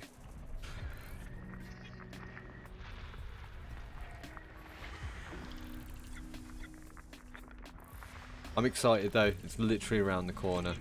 I'm so excited. I'm wondering if I'll get elite status when I get there, System scan complete. or when I get back. That's what I'm curious about. Frameshift drive charging.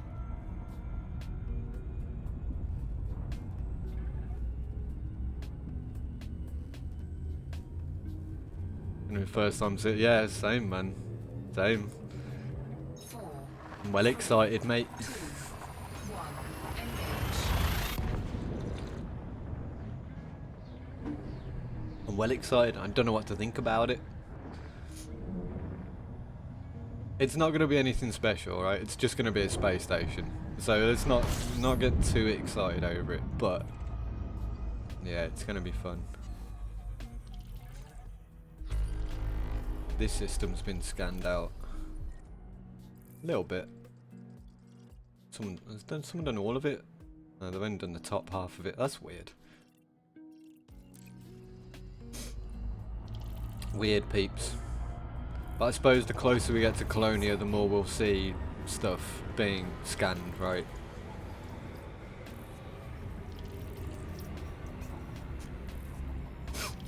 Ugh.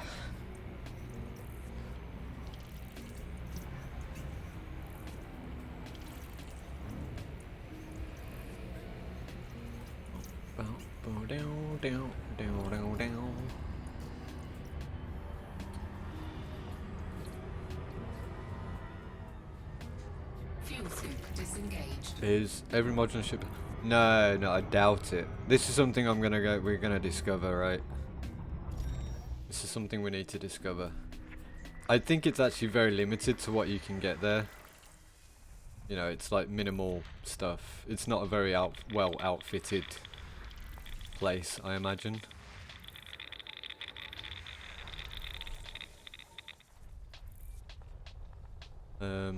But we'll see. She'll see.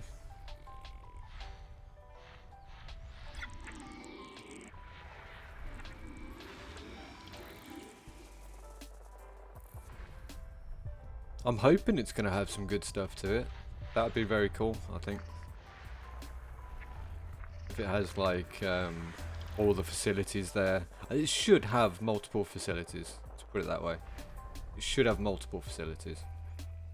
If it doesn't, I'll be very surprised.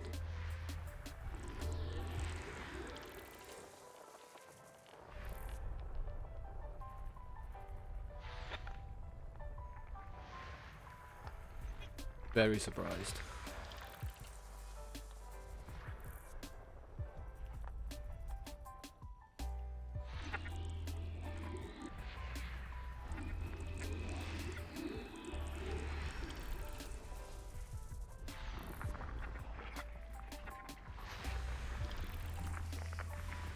I mean, it's got to have outfitting, let's put it that way, and it's going to have a universal cartograph, and it will definitely have contacts, because there will be missions and stuff to do there, imagine. In fact, saying that, there might not be a mission board.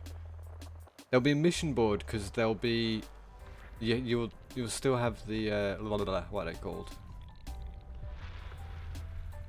Passenger lounge missions, if you know what I mean.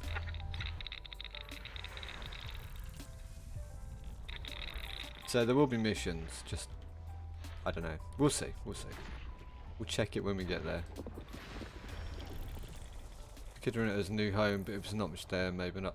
Well, yeah, that's it, isn't it? It's a perfect spot for explorers to be, isn't it? If you think about it. You know, what better place to be as an explorer than the middle of the galaxy, right? Having that central point.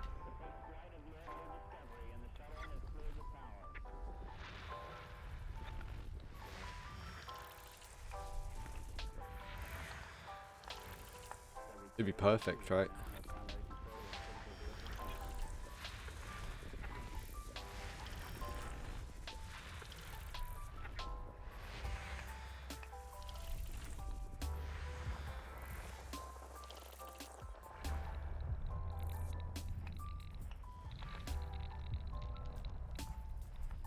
Perfect.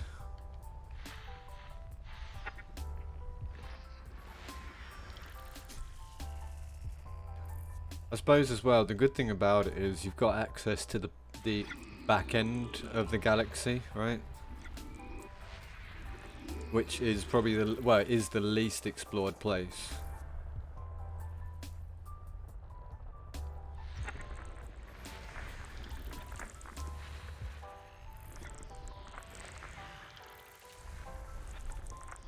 I wouldn't say the Raxler was out there though, but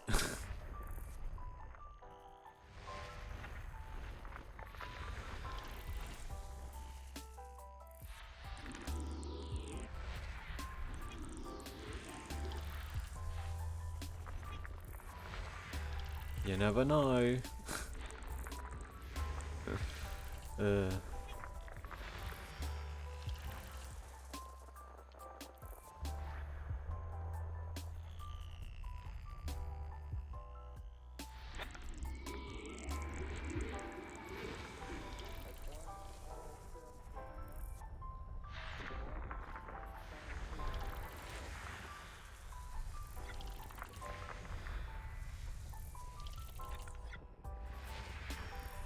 We need less of these busy systems, man. This is just gonna take so much longer. Too long.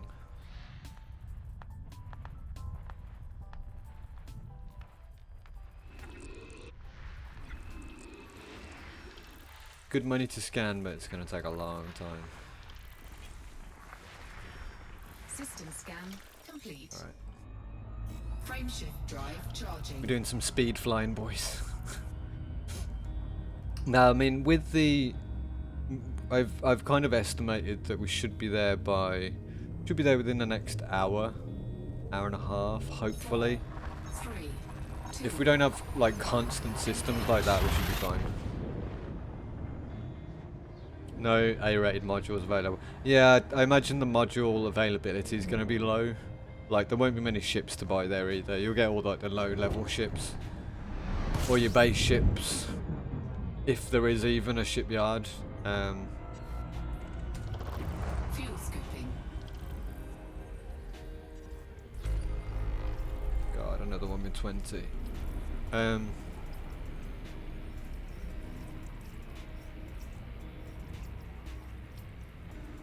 Yeah, it's not going to be best for modules, but I suppose once you get to the point of flying out to that place, out to Colonia, you should really have, you know, enough stored modules to make a difference with most ships, right? Warning. Temperature critical. But again, I don't even know if you can get stuff delivered out there.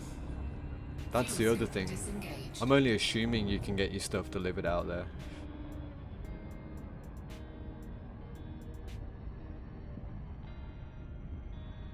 Because some shipyards don't have a delivery option, you see.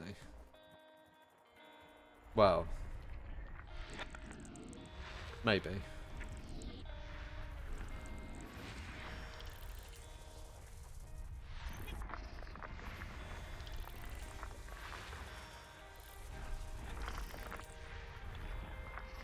There should be though, right?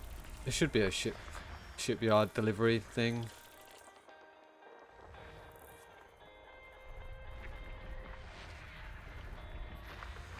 He says, in great hope, so that he can have his Python for the next part of the journey.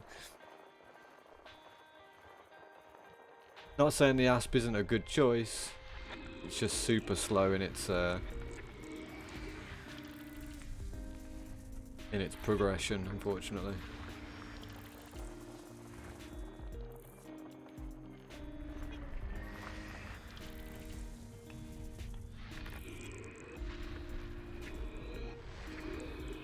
Oh shit.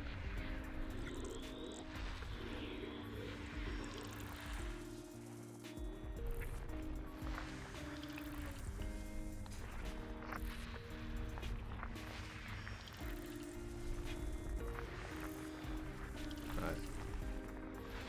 Come on. So many bodies.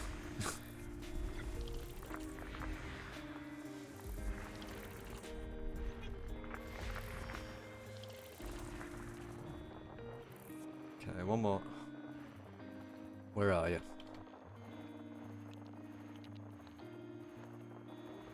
It's gonna be one of those annoying ones that's like off the plane, isn't it? Yeah. 3.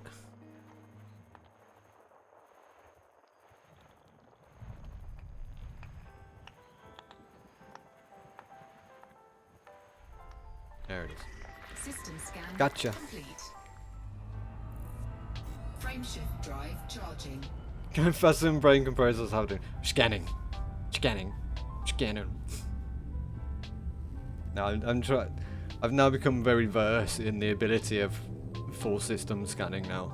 4, Well, kind of. 2, 1. Engage. Also, I want to get to Colonia quick. And every system I jump into has got 20 or more bodies and it's heavy to scan, man.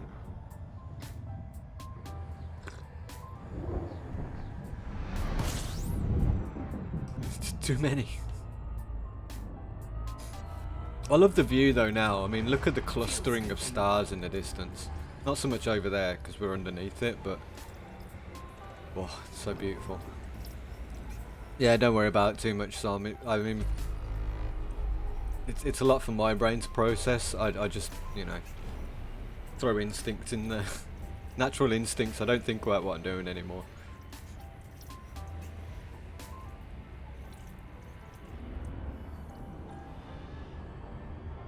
I don't even Fuel think frame about it. disengaged.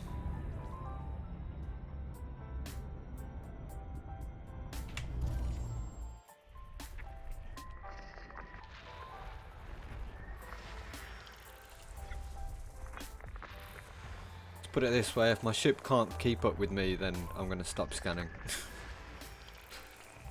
But it's doing fine, so... Oh, there's another one behind the sun there, that's unfortunate. I did see that. Right there. Punk, there's two of them. Jeez. Jeez, Rick.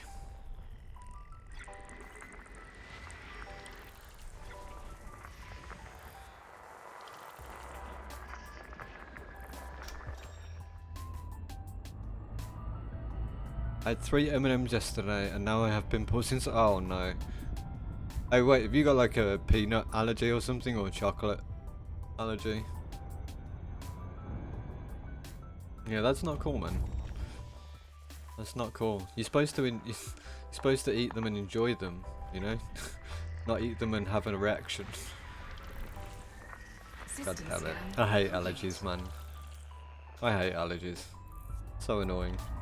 Frameshift drive This time of charging. year is horrible for me, man, but no, it don't always happens only with M&Ms. You know what? You might actually have a reaction to something from M&Ms, dude. You might even want to have that looked at. 4, 3, 2. Because yeah, you ain't supposed to get pimples in your mouth from eating something, dude. That's a definite no-no. I'd have that checked, man, for sure. That's like early signs of. It could be because of the chocolate. It could be. You never know. But you shouldn't be getting pimples and spots inside your mouth, dude. That's not good. that's first stages of like serious allergic reactions, Fuel man. scooping. Like for real. Please go to a doctor about that, man. Go there with an M&M and just put it on the table in front of you and go, this is causing me to have pimples inside my mouth after I eat it. Please diagnose me. It could be the chocolate. You know, a lot of people are very sensitive to chocolate, right? Or can be sensitive to chocolate. But yeah, I'd get that checked, dude, if I were you. Just in case. It might be harmless, but it seems like it's onset and like an onset allergy to something in M&Ms. Fuel scoop disengaged. And something I found out recently about allergies, so you got to be careful of. This is to everybody as well. Allergies don't just appear when you're a kid. Allergies progress through your life and get worse. Sometimes there's like 2 different types of allergies. There's ones that pop up, you know, in full force at one random point or from birth, you know, or they progressively get worse the more you interact with that said thing that's causing the allergies, right? For instance, you might have chocolate for the first 20 years of your life and not have any problems with it, right? But then one day in your 20s you might be indulging in some chocolate, and then you might have a bit of a rash, or you might come out in some spots like you have or something, and you don't think of anything of it at first because it's like, oh, maybe I'm just getting older and getting a bit grosser, right? And I'm not tolerating stuff as much. Frameshift drive charging. But what's actually happening is your body is slowly losing its tolerance to it. And over a period of time, the more you ingest that thing, the more your body gets used to 4, not losing its tolerance to it, but becoming too tolerant to it. Because it's basically, it's your immune system rejecting what you've put into your body. And unfortunately, sometimes it can be where the more you eat or consume of that thing, the more your body gets used to trying to get rid of it, and then it gets to a point where you end up having such a bad reaction because your body's trying to get rid of even the tiniest amount of this thing. You know, it's like the opposite of building up a tolerance. It's building up a bad resistance to it, right? But not, yeah, that's, sometimes it's not usually the chocolate with sweets, it's usually a chemical inside it. Yeah, well, this, now you said that, I agree with you there. I agree exactly with what I just said. If you can have fake M&Ms with chocolate in, or have any other chocolate, then it's going to be something in M&Ms, dude. Something specific in M&Ms. Oh, well, this has been half-baked scanned as well. There's people in their inability to scan systems properly. You know what? I'm not even going to indulge. Just keep going. Yeah, it sounds to me like it's something inside the real ones. Maybe in, like, you know, the coating. You know, have like the crispy coating on the outside. There might be something to do with that. But 100% just go to a doctor's when you get a chance next. Just go to a doctor's, even if it's just on a general checkup. You know what I mean? Just go in with an M&M, like a real one. Whack it on tape and go, I'm eating these, there's something in them that I believe is causing me to have pimples. I mean, there's nothing else you're eating in between, is there? Does it come up pretty quick? Like, do the spots come up pretty quick, or? I've tried yellow ones because I always take the blue ones. Yeah, yeah, try a different colour. Because it could be something in the colouring, right? People have weird reactions to different colourings. Because you have to remember, different colourings, right? They're not all E numbers anymore. So a lot of colourings in food is made from natural things. So different colours are made from different natural resources. So, I only had a drink during the movie. Oh, it was when you went to see the film last night, wasn't it? Yeah, yeah, yeah. How was the movie, by the way? Did you have fun? Was it good? Yeah, I'd say it's something in the M&Ms then, for sure. Yeah, if it came up straight away, or within, like, you know, half an hour of you eating it, it's definitely something you've had then, so. Unfortunately, you probably can't have proper M&Ms anymore. Well, you probably can, but Frameshift drive charging. you're going to be a bit of a spotty mouth boy for a bit if you do. That's unfortunate though, man. That's a bit unfortunate. M&Ms are great. Anyway, there's other chocolates out there. There's other chocolate. 3, 2, 1, engage. But yeah, to me, from what you've described, it sounds like you're having a reaction to one of the colourings. It's either going to be an ingredient on the crust of the M&M, or yeah. But either way, just get yourself into a doctor's. You never know; they might be able to give you some remedy of it. You know. It's okay. It's relying a bit too much on jump scares. Yeah. It's a modern horror film. Which one did you see actually? That's a good point. I didn't even ask what you saw.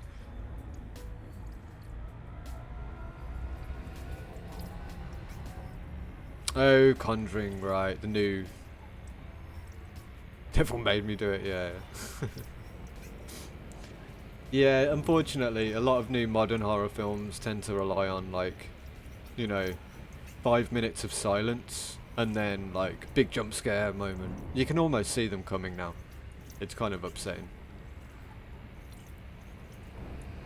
The problem with horror films is no one knows how to make a scary horror film anymore. They know how to make a shocking horror film, but they don't know how to make a scary one.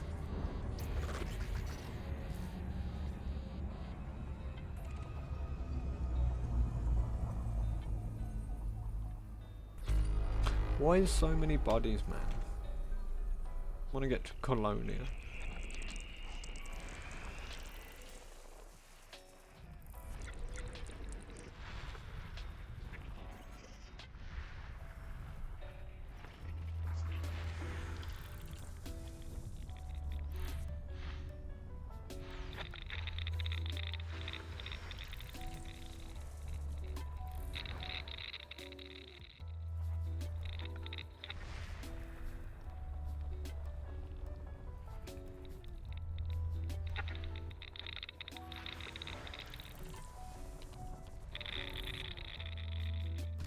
Ow.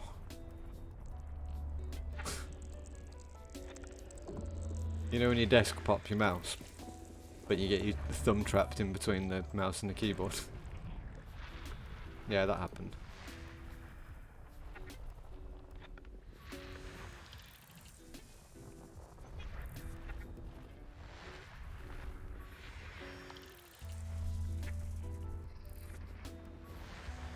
Okay.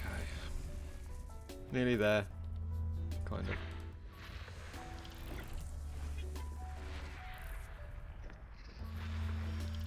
God, I wish I was quicker at this.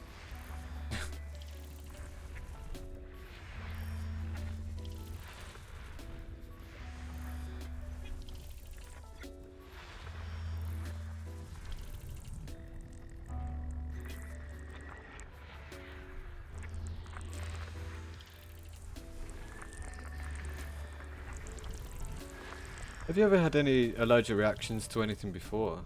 There you go. There's a good question for you.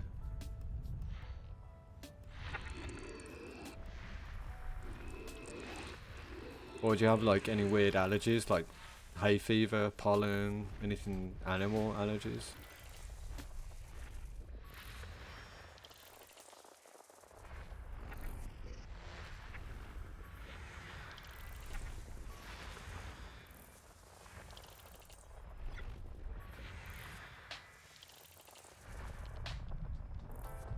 That it?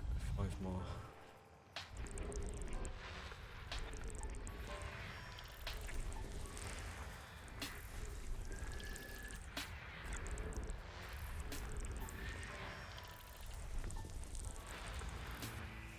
That it? One more?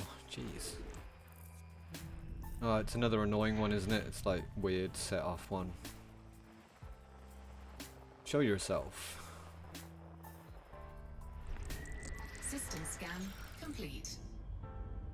One line where I have a chicken shit on my hand during this. What the hell? Okay, that sounds like probably the best moment in the movie, to be honest.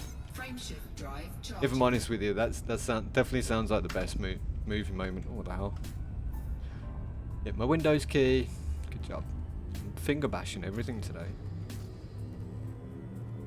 Visual effects were dope though. Yeah, I have heard it's pretty good visually wise. Worth a finger for the worth a finger worth. I just read like the last word of your second line down and mixed it up. God. It's one of those that's definitely worth a look at, right? But don't take it too seriously. Again, new horror films don't appeal to me anyway, if I'm honest. They just don't give me the horn, Valerie. What can I say? Don't understand how you can trap your finger between a mouse and a keyboard. It's my thumb, right? It's my thumb. It's when I do like that left sweep, like that. Fuel scoop disengaged. And if my thumb, I don't know, it's just on the edge there. Ow. Yeah. Frameshift drive I do it quite a lot, charging. to be fair. Most people, when they do it, right, because I have my right hand, my mouse and my keyboard are fairly level, right? Most people have them at an angle, don't they? But I have them fairly like straight on a level plane. So I'm always bashing my thumb on my keyboard, at least, when I do the left sweep. Most people have it where they'll do the left sweep and they'll bash the corner of the mouse on it, so they call it a desk pop. So saying you're playing a first-person shooter, I'm sure you've heard it before. Playing a first-person shooter, you bash your left mouse button against your keyboard, and then you just randomly shoot. You know, it's called a desk pop, right?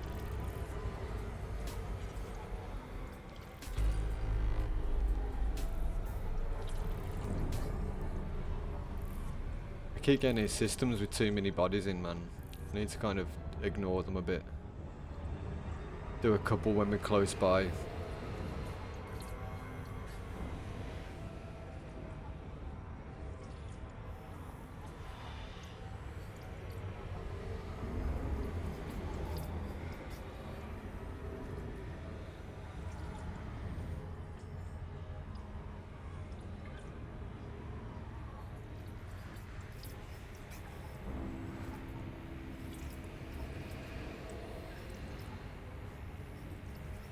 Sorry, let me just concentrate on the fuel spooping.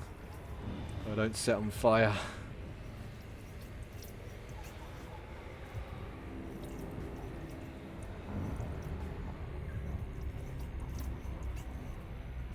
Fire! Yeah, a lot of this system's been scanned as well, so not allergic to anything. Yeah, it sounds like an ongoing one, you know, a progressive allergy problem then.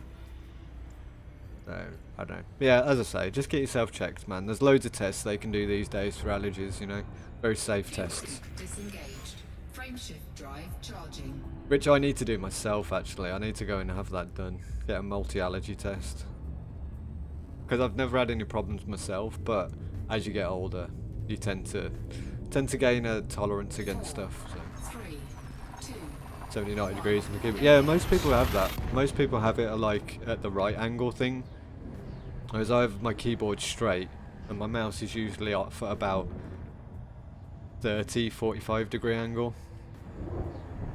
So when I do the left sweep, it comes back, you know, at the keyboard edge.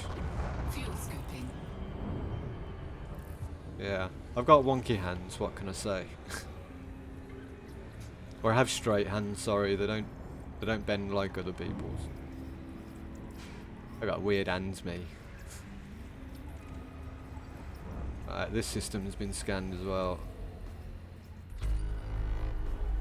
I imagine. Looks like it. Yeah, it's been done.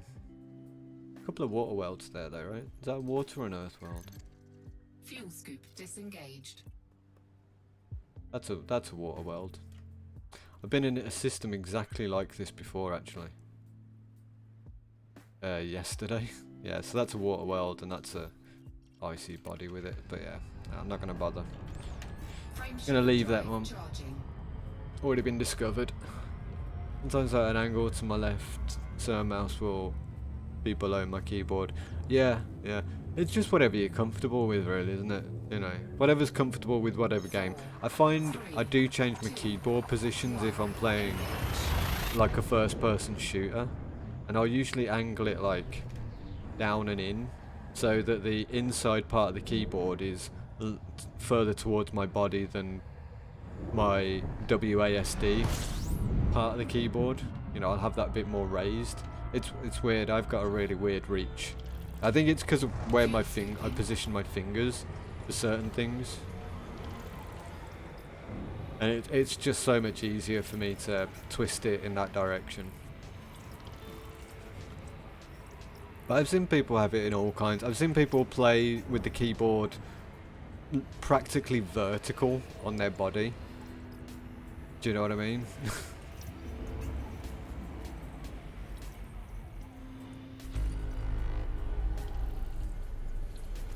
Let's have a goose. Many undiscovered, yeah, we'll quickly scan this one. Why not? Do a quick scan of this one.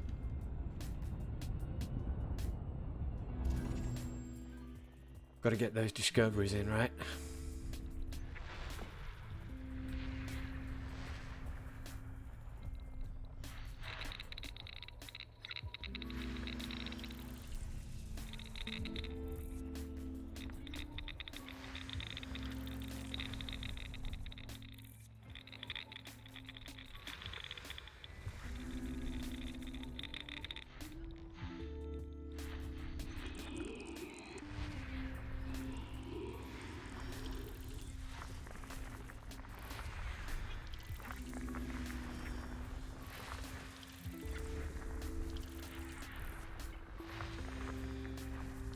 That done? Yeah.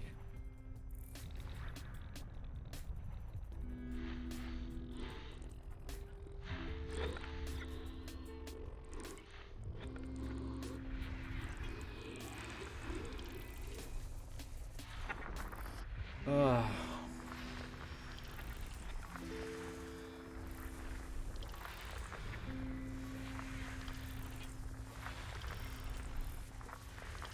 Yeah, I suppose I say I've never really had any allergies myself, thinking about it, but I've always had really bad hay fever.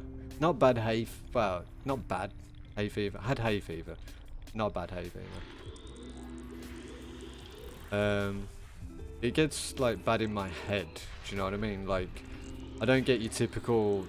Like, my eyes get itchy a little bit sometimes, but I don't get your typical hay fever. I just get really stuffy in my brain.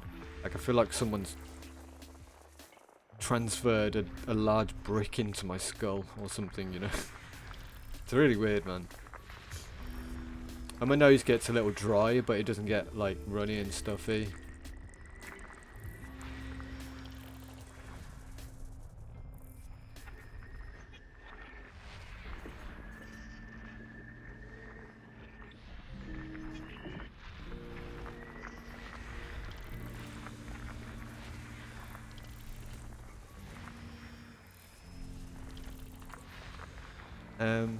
And I think I'd probably have a cat allergy as well, but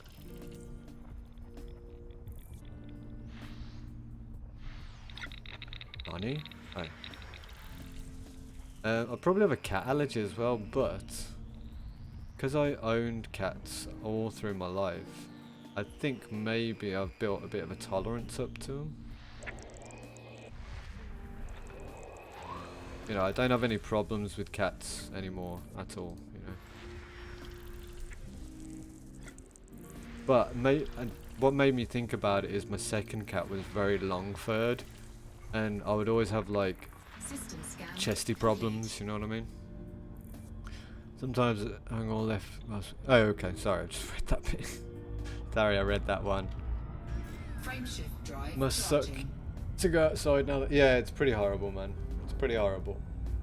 As I said, I don't get like really bad symptoms, but they're just irritable system. That's the other thing as well, man. I know when hay fever's kicking in because my ability to string sentences together goes down the hill a little bit.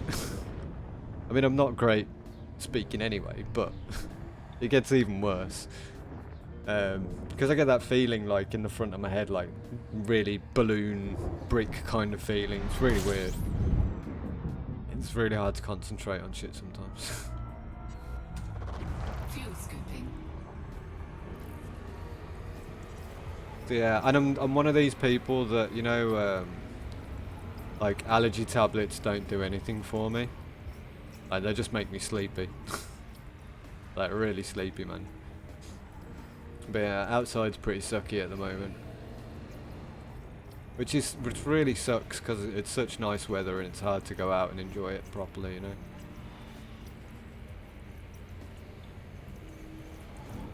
But yeah, luckily I'm not like I worked with this guy who was my manager, and he got hay fever like literally it was like tree abuse, man. I'm not even funny. Frameshift drive charging. I can't. It's not. There's like literally no joke about it either. The guy suffered really bad. Like, he'd get nosebleeds.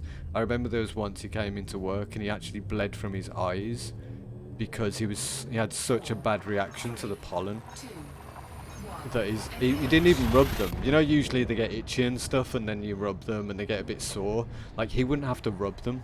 They just become so swollen and so irritable that the you know, your tear ducts, they become so, you know, they swell up so bad that it just rip like Fuel scooping. what are they called, blood vessels, like in his eye lining and stuff. It's horrible, man. It felt so bad for the guy. Like, the doctors would give him these like superior allergy tablets and they'd help to a degree, but even if he took these tablets, right, he would still be on his back if he had like a bad pollen day. He'd still have to like go and lie down and clear his head out a bit, lie down in a cold dark room for half an hour, you know. Fuel scooping complete. It's just terrible. Felt so bad for him.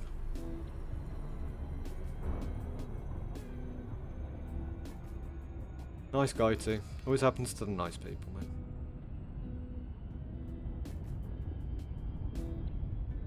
Frameshift drive charging.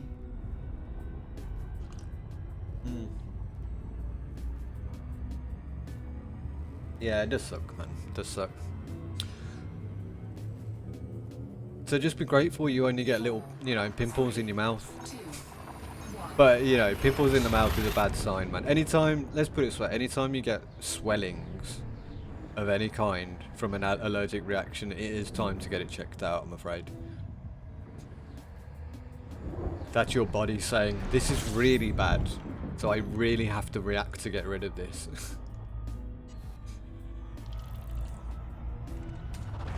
Fuel scooping.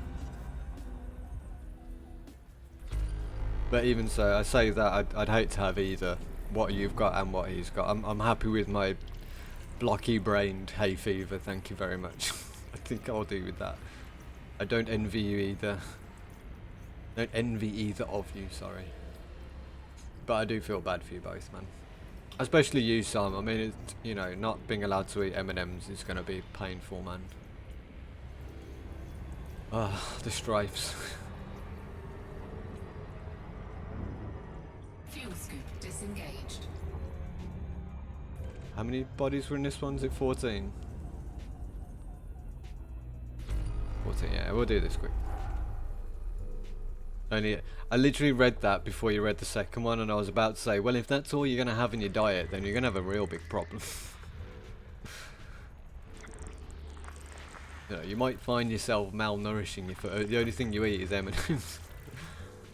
But yeah, unfortunately, you might have to change your movie diet now, dude. Sad times.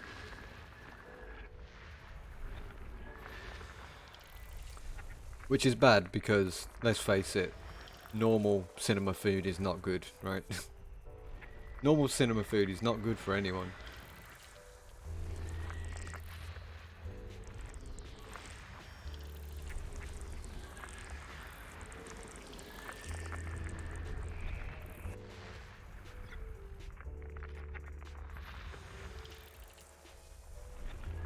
System scan complete.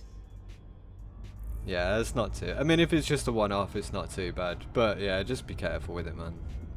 You don't want to go into cinema, have an M&M and find out it's got worse, right? Charging. I don't know. Is there any other things like M&Ms that you could have? Something similar. Cadbury's buttons? Oh no, they're just all chocolate. 3. So it's all about the crunch on the outside, isn't it? What could you replace that with?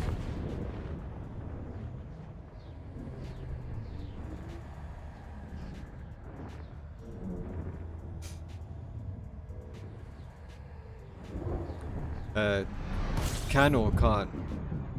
What about the M&Ms? Yeah, well, it's not like you can't have them. If that's what you mean. But you know, you shouldn't. If you're having a reaction to it, you shouldn't, right? But you'd still have them. No one's stopping you. But I'm just thinking of an alternative for you to have while you're at the cinema. At the movies.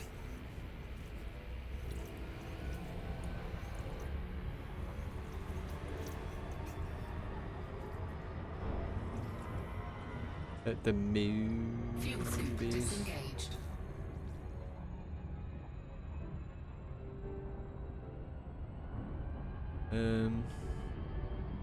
Frameshift drive charging.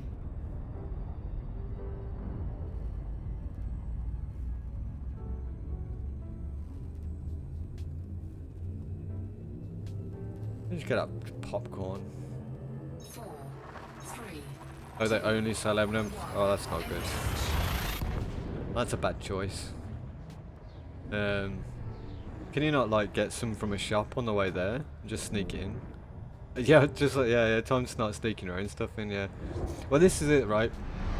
You won't have to sneak it in, you know? If they catch you with some chocolate in your pocket, you can say, well, I'd love to buy some of the M&Ms that you sell, but unfortunately I have an allergic reaction to them, so I can't buy them, unfortunately. And I love M&Ms and it makes me sad, so I have to bring my own chocolate in because you don't sell anything else. Yeah, she sneaked in a McDonald's. Nice, nice. Yeah. Let's be honest, right? Most cinema workers don't really care. I mean, I didn't care people bringing their own stuff in when I worked there. The thing that I cared about is people leaving a shit ton of mess at the end of the film, man. You can take in a 20-course 5-star Michelin meal into a cinema for all I care, as long as you take your shit with you at the end. You know what I mean? Warning, temperature critical.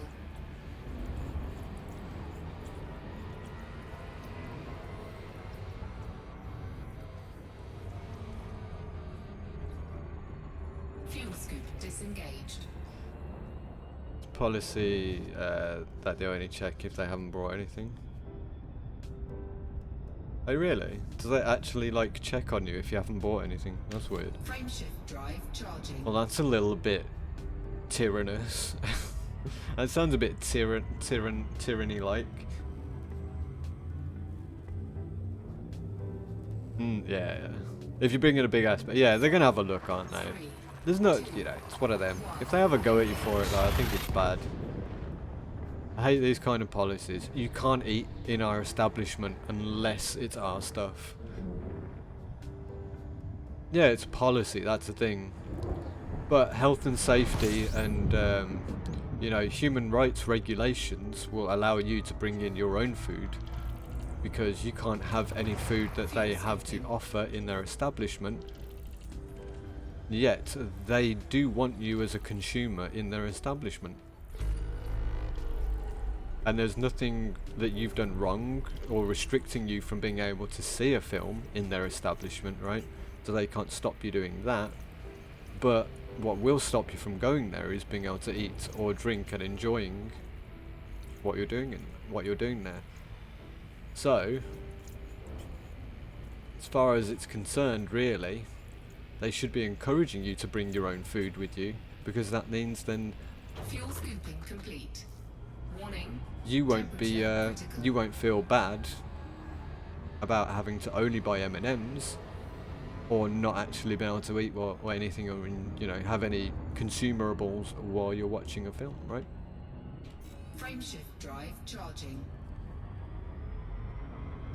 My human rights to eat M&Ms whenever and wherever I feel like it. Hell yeah, brother.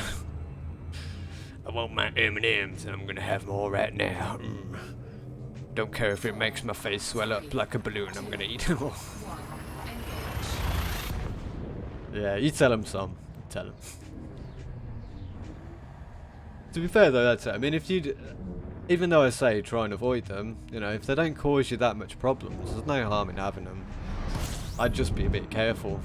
If you are having a reaction off them, just be careful. But you know, Fuel scooping. maybe next time do what you said. You know, maybe just avoid the blue ones. Try different colours, see if that makes any difference. Because it could be that. It could literally be a colouring in one of the M&Ms. It could be that simple. So you might not have to give them up at all. Just give up the one colour. Yeah, just skip the one colour and see if that makes a difference. And do, every time you go to the cinema, just do that. Just skip one of the colours, right? And then eventually, after trial and error, you'll figure out the ones that are causing you grief, right? Charging. Then you just skip them every time. And enjoy the rest of your M&Ms like nothing ever happened.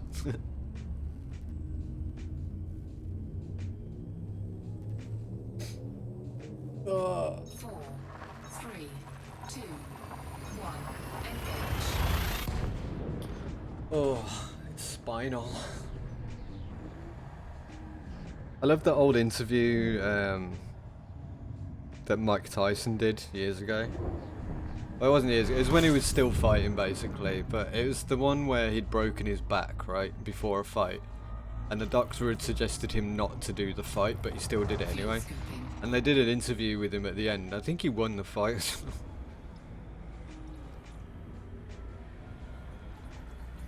And they did an interview with him at the end, and then the interviewer was like, so how did you do in the fight? He was like, yeah, I think I did really well, even though I wasn't supposed to fight because the doctor told me I wasn't supposed to. And then the interviewer was like, oh, what do you mean, what happened? And he's like, oh yeah, I broke my back. And the interviewer like asked the stupid question. He was like, oh, what did you break? How did you break your back or something? And it's the way Mike Tyson turns around and goes, he just points at his back and goes, it was spinal. It was spinal. Yeah, no shit, man. You break your back, it's usually Scoop spinal. disengaged. Frameshift drive charging. Fucking hell, Mike Tyson, man. I'd love to meet. He's such a character. I'd love to sit down and have a drink with him, man. That'd be funny. 4, 3, 2, 1. Engage. Because I don't know. The thing with Mike Tyson, right? He's actually one of the gentlest people, you know. But the face that he's got is like. There's no emotion. There's only one emotion to his face, and it's like, be scared of me, right? And you can't tell whether he's like upset or happy with you. You just gotta hope that he's not upset with you. Because he'll chew your ear off, man. Systems. Oh, yeah, the tattoo, yeah. The tattoo helps a hell of a lot, man. Usually a good signification of whether you want to fuck around with someone or not. Hey, who's sending me messages? Fuel scoop disengaged. Ah, they bumped me down to 1,000 credits because I haven't been doing the power play thing. Wait, a message from Salvation? Nani? Nani? Hang on. Commander, this is Salvation. Thank you for playing part in fighting the Hesperus megaship. I require your expertise to fully resolve that mystery. It continues. Lunchtime, how much further you got? We're down to about 20 jumps now.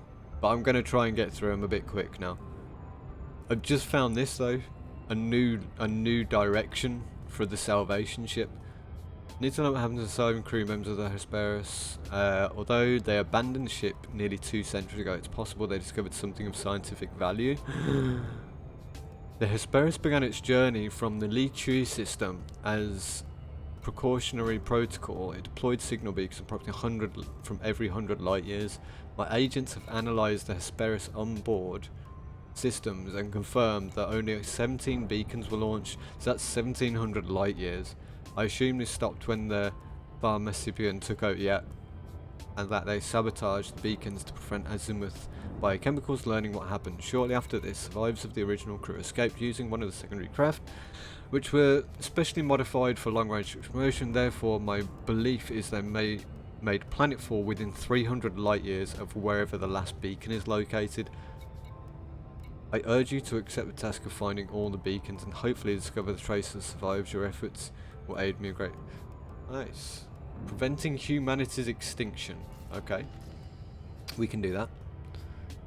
Story progress. Hell yeah. Hell yeah, baby. Frameshift drive charging. Are you aware of the Salvation mission, Sam? Well, clearly not. Basically, the story goes.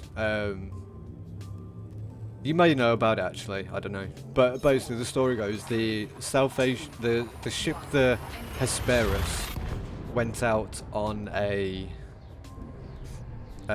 some kind of discovery mission of something. I can't remember the full. So it went out on a mission basically, and it was like the Mary Celeste, I think it is. You know, where the crew disappear, and there was a whole paper trail of trying to find them. Right. Sweet. Good luck. Cheers, man. Fuel scooping. Yeah, it won't take us long to get there. Ooh, 17 jumps. Shit. So yeah, there was this ship called Hesperus, and it was abandoned after being System chased scan by complete. a secondary group who were after the same thing, and I don't know what it was exactly.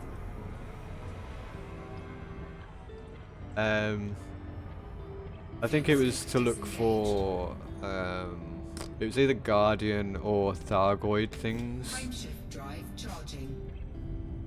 But anyway, so there was this mission that they sent you on, so you had to go to a certain star system to read a beacon, which would then send you on a mission to find the Hesperus, which then would give you, 3, 2, you have to scan their data link and, you know, crack open all the cargo holds and stuff, get all the information you can about it, and then after you've done that, all your information gets sent to the taskmaster or the quest giver or whatever, this Salvation person, who then gives you 2 million credits for it. It's not a big payout, but you know, it's story, right? fuel scooping. But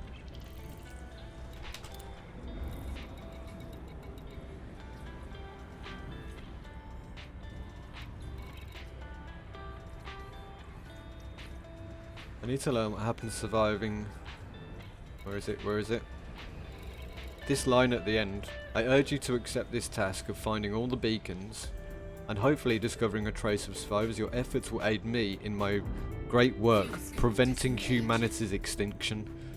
Now, what other story in this game has a potential link to an item that could potentially save humanity? Or save the extinction of humanity? I'm sure we've heard of the story before, right? Alright, I just want to fuel up a bit. I'm sure we know what other item has that potential, right? Yeah, Fox right, it's definitely not the Rex though. It's something else completely. Shh, Fox, I'm trying to get some excited, man. Come on. Trying to get some excited over it.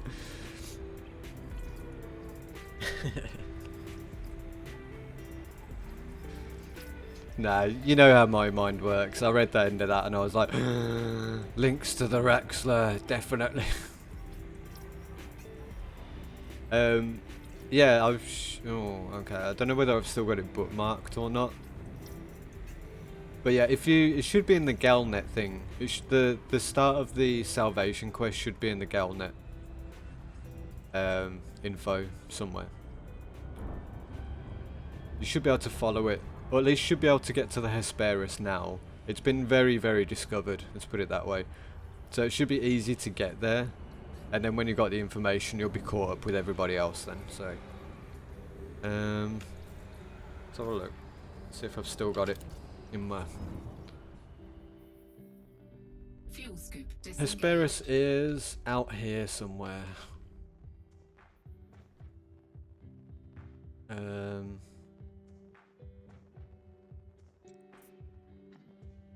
That one?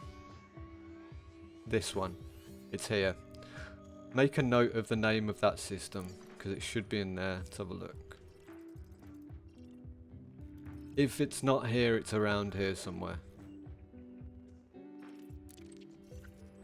But yeah, you'll need to go to the Galnet and collect the first messages. Let me see if it's still there. There's still a link to it on the Galnet. There should be a link.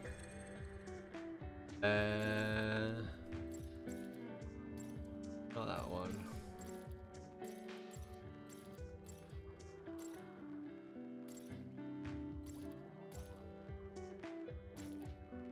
No, it's actually ended completely.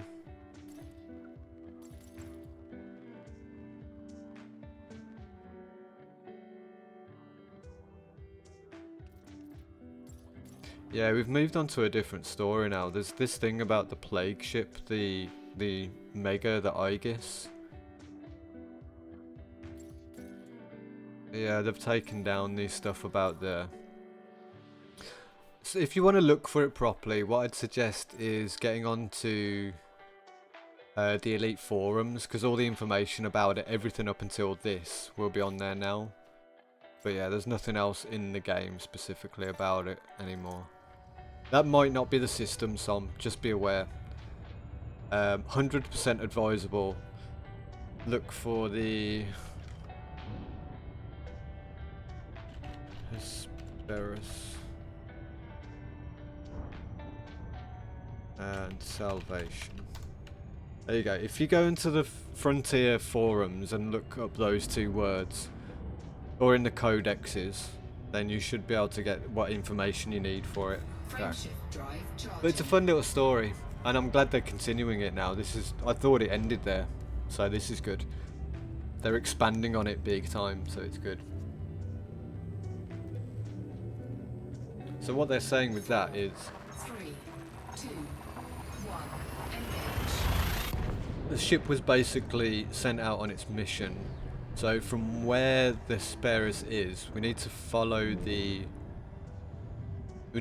beacons every 100 light years, right? Until we get to the last beacon, and then somewhere within a 300 light year range, may or may not be the remains or the leftovers of the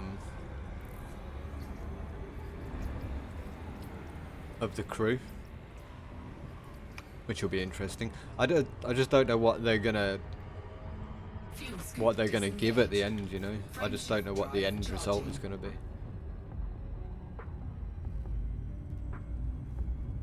Should be talking about is a generation ship or just research. I think it's a research exploration. It's not one of the generation ones, no. 4, 3, 2, 1, engage. Just look where all the fleet. Yeah, pretty much. Yeah.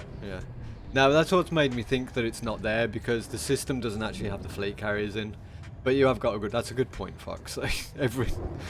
If you want to find a place of significance in a system, just go where the fleet carriers are parked on. That's for sure. But that's another thing you have to remember. You see all those dots around there. There's huge things going on. That's all the Thargoid sites around there, isn't it? All your Thargoid sites and loads of mining areas around there. Very popular. There's quite a lot of the player base around there at the moment.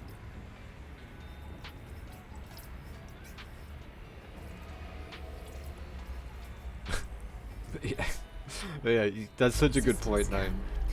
Every time I've gone and done something of significance, like, what is it, Dav's Hope? There you go, that's the last place that I thought I'd go to where there'd be nobody there because it's a abandoned settlement, right? Flying to the system, like 20 fleet carriers landed around the same planet. So funny, man. Yeah, look for the Guardian sites are easy to find now. So easy to find. As long as you know the right system, just open up the system map. follow the triangular shapes. Oh dear. It makes the game a bit easier. Let's put it that way. Anyone who's new to the game, you've pretty much got your angles right there.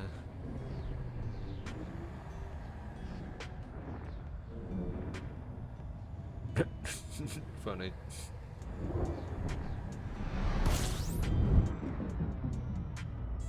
You know what I kind of chuckle about though? I know the player base of this game is quite large, right? It's quite a fair few people playing, but think about it, it's not going to be that many people who play it hardcore. But you see so many fleet carriers around the galaxy, right? Like loads of them. And it does make me wonder if some individuals, right, have multiple fleet carriers. You know what I mean? Frameshift drive charging. Like, they've got more money than they can even do anything with in this game, so they just buy multiple fleet carriers, right? Exactly, how rich are these? Well, these are the people that are playing it like 6 to 10 hours every day since it came out. I mean, there's people out there with hundreds of billions, right? Hundreds of billions. Because they're just grinders. Like epic grinders. They'll spend 8 hours around an asteroid field just mining tritium for an entire day. And that's hundreds, that's billions in itself, man.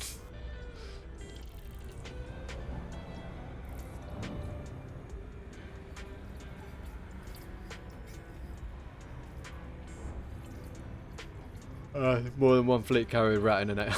Yeah. You see, rats. You don't just get rats in Tarkov.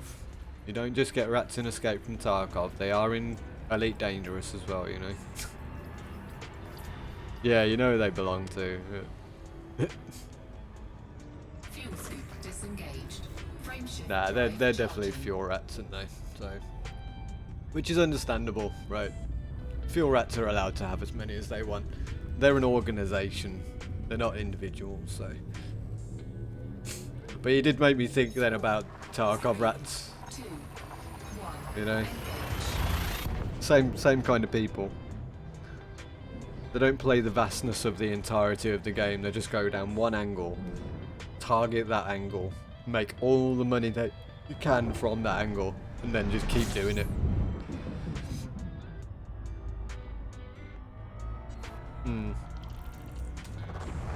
But yeah, I mean, this is the thing. It's the difference between like having your big organizations in the game, you know, your big squadrons and fleets, like actual fleets of players, against like one single person who has 10 fleet carriers for himself, you know.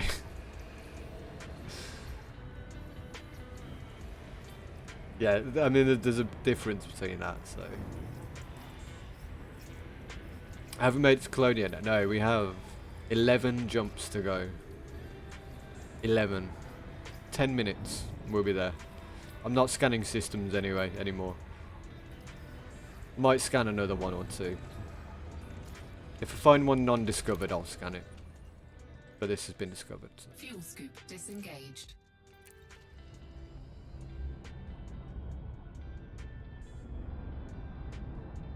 Now we need some more fuel. This last leap.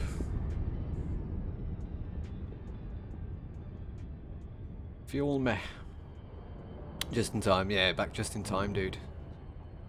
Just in time to do. Fuel scooping.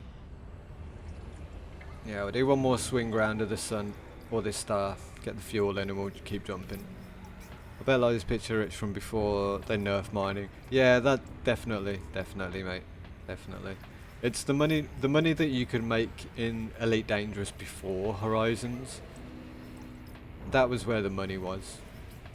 You could make a lot of money before Horizons off doing very simple things like just bounty hunting or mining. And trading as well. You know, the commodity value when Horizons came in kind of dipped quite heavily, man. And now Odyssey's come in, I've noticed it's dipped quite a lot again. Warning, temperature critical. I think it's pretty standard, you know. The more people who play the game, the more they need to nerf things, really. Frameshift drive charging. Or the more they have in the game, the more they need to nerf the previous things that, you know, people would be able to abuse in this newer versions of the game, right? So, 4. but yeah, I mean, even though they nerf mining, it's still the most profitable, right? Mining is still definitely most profitable.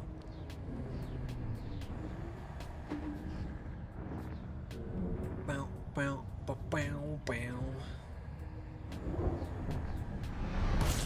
I mean, do you guys think there's anything else you could do get more money than mining?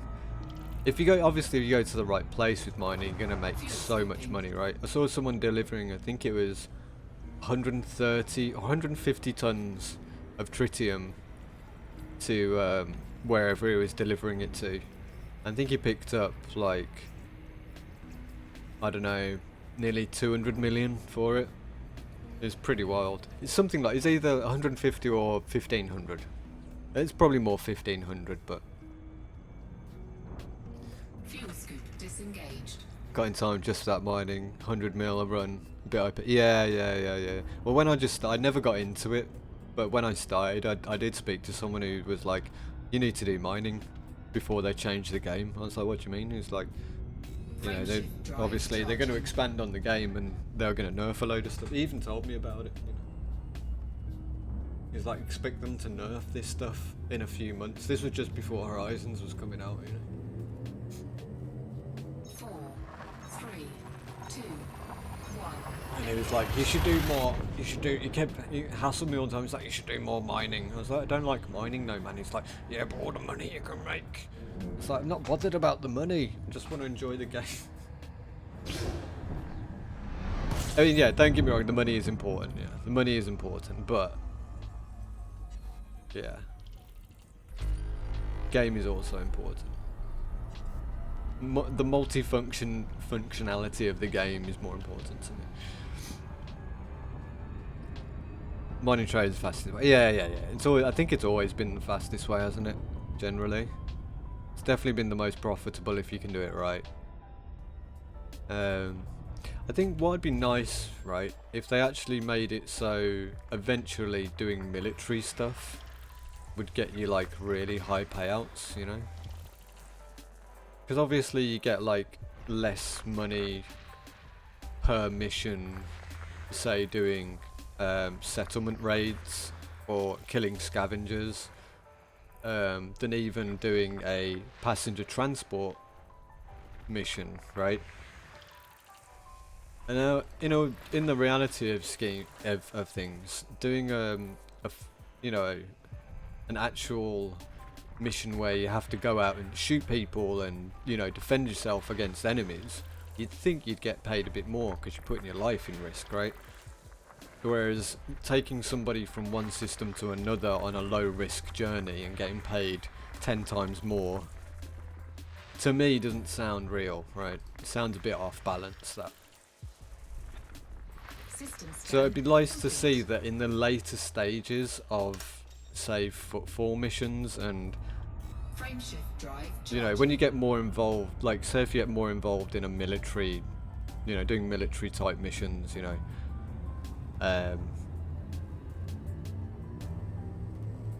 but yeah, you end up with like getting paid considerable more for it, or getting much more rarer items as payout. That'd be good, I think.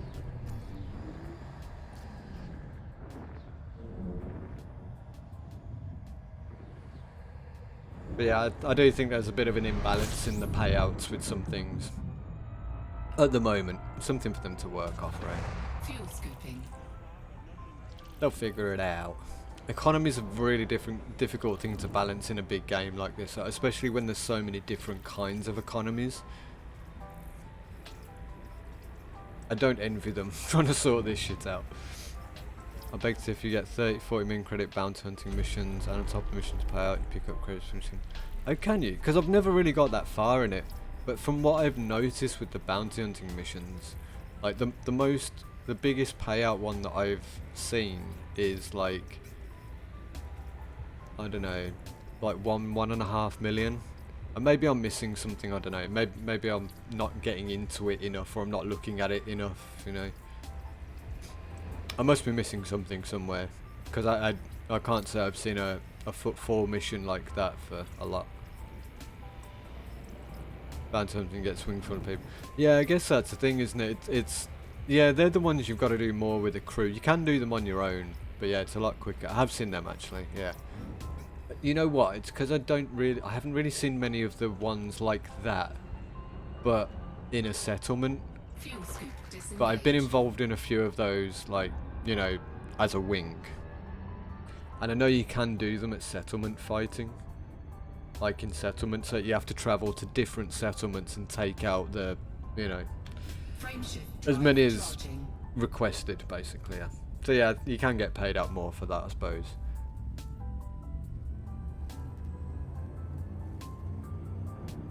I just don't see many of them about. I'm probably not looking in the right place for them, right? But from Sidewind to Python, first day. Yeah. Well, if you're getting 30-40 million credit each one, that's like 5 missions done.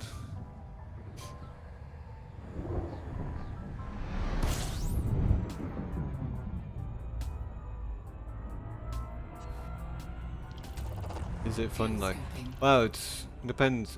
I suppose it depends on what you consider as fun, really. And let's put it this way: if I could have skipped that middle bit from getting this Asp Explorer from the Sidewinder, I probably would have, just to save some time and energy. But I would have missed out on a lot of experience, like game experience, if I had done that. So it's a bit of a catch-22, really. But yeah, each to their own, really. I guess Fox saw it as an opportunity, right? Make some quick money. And let's put it this way, even if you make that money, it's not like you have to spend it on a ship, right? You can just bank it for a bit, enjoy it. I know everybody's getting the mission and just sharing them with me. Yeah, that's the other thing as well. I suppose that's the thing. A lot of people I've spoke to who have made money quickly in this game is usually down to them joining up with a high level player and either letting them do mining or missions to earn you that side cash, Fuel scoop disengaged. Frameshift drive charging. Yeah, I think I said before, it's how Smokey made all his money on PC first. He met a dude on the first day, took him out mining, and made him like 150 million in one run, like less than an hour. 3, 2, And he had 100. He'd made more money that I'd made in 5 years playing this game in an hour. So yeah.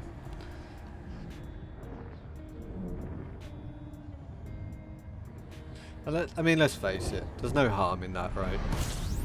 It's just like in the real world. I mean, if you make friends with a billionaire, like, and you get really chummy with them, the chances are, if you're in a weird situation, like, you know, middle ground situation, and you're really, well, regardless of your situation, you know, there's a chance that that person's going to be in such a good situation that they'll be able to help you out, whether it get you a well-paid job with them, you know, let you stay at their house or something. But at the end of the day, even in real life, if you meet a really rich person and they're friendly with you, you'll end up benefiting from it. It's a really weird one, is it? But it sounds a little bit bad, but yeah, it depends on the billionaire as well, obviously, right? I mean, obviously there's going to be some billionaires in this game that will not share a penny with anyone else. But luckily for a few people, on your first few days, you sometimes bump into someone who's willing to pass on that bit of love, right? So sometimes you've got to be there at the right point at the right time. 4, 3, And it was learning experience at first, because multi-crewing in a dude's fighter. Yeah, that's the good. I suppose that's a good thing about it, isn't it? It's, you know, you crew up with people. You don't have to take the opportunity to spend so much time learning how to fly. You can just get involved. This is what we did, Will and my friends. He came in, he sat in like mine or my other mate's ship, and was like, yeah, just doing the turrets, right? Just shooting the turrets when we were doing some bounty hunting, and he was really enjoying it. It was when we actually made him get into his own ship and start flying that he kind of struggled with it, because you know the flying can be a learning curve in itself, right? 5 more jumps, boys. disengaged. Fuel scooping. I might fill up and just go ham all the way there, what do you reckon? Yeah, we'll play it a bit safe. Fuel scoop disengaged. Frameshift drive charging. Rich people are awesome, right up until they're not. Exactly. Rich people are great until they decide not to. No, it's obviously, you know, I never judge someone on how much money they've got, ever. 4, 3, You know. 2, Admittedly, you know, there are cases where people have gone from good, made lots of money and turned bad, right? But again, it's, you know, you take people as they are, not how much money they've got, right? I mean, you know, I've met the poorest of people who have been the nicest and the worst kind of people. complete. And then I've also met people who have been, you know, had lots of money and been absolute anuses. Or been the nicest people in the world, like charity giving, generous people, you know. And then there's people who fake being nice. They've got so much money they can fake being nice. They'll never do anything nice for anyone to get off their asses and do anything nice. But they'll give a shitload of money to charity. And they'll brag about it as well.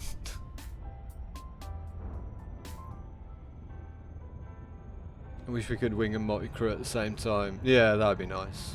That would be cool. In theory, you are kind of in the wing. If you're in a multi-crew and you're sitting in someone's... You're still in a wing, right? So it should class as that. But yeah, it's not a bad thing to put up to them. I might even write that out to them. Put a suggestion to the devs. Hey guys, by the way, Drive charging. you might want to do a thing. That's a really cool nebula, by the way, isn't it? It looks weird, doesn't it? Looks like some dude's face. With a big honking nose. 2 purple cheeks. 4, 3, 2, Having a background Ace Combat helps. Oh yeah.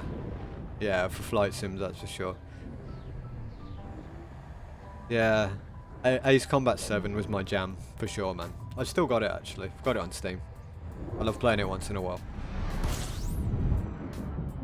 Probably one of the most immersive fighter jet games that I've ever played, to be fair. And the Ace Combat series is amazing anyway, right?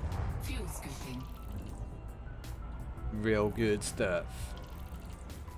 In fact, I think someone said, like an actual fighter pilot said, the realism of flying a fighter jet in that game feels more real than actually flying a plane in Flight Simulator. I mean, obviously there's like things that weren't completely accurate. You can't get everything right in a game, can you? But the dude was like, you know, as he's tried loads of flight simulators through his life, and he said it's probably the most accurate depiction of what it feels like to be in a fighter jet, especially when you do cockpit mode, right? I love cockpit mode in those. Gets me all juicy in my loins. Alright, let's keep jumping. Frameshift drive charging. 4 and 5, yeah. 4 and 5 was ace, man. 6 was really good, but I think it got overlooked a lot. Because 5 was so good, right? I remember 5. 5 was so good. 2. I think they brought 6 out and everyone was a bit like,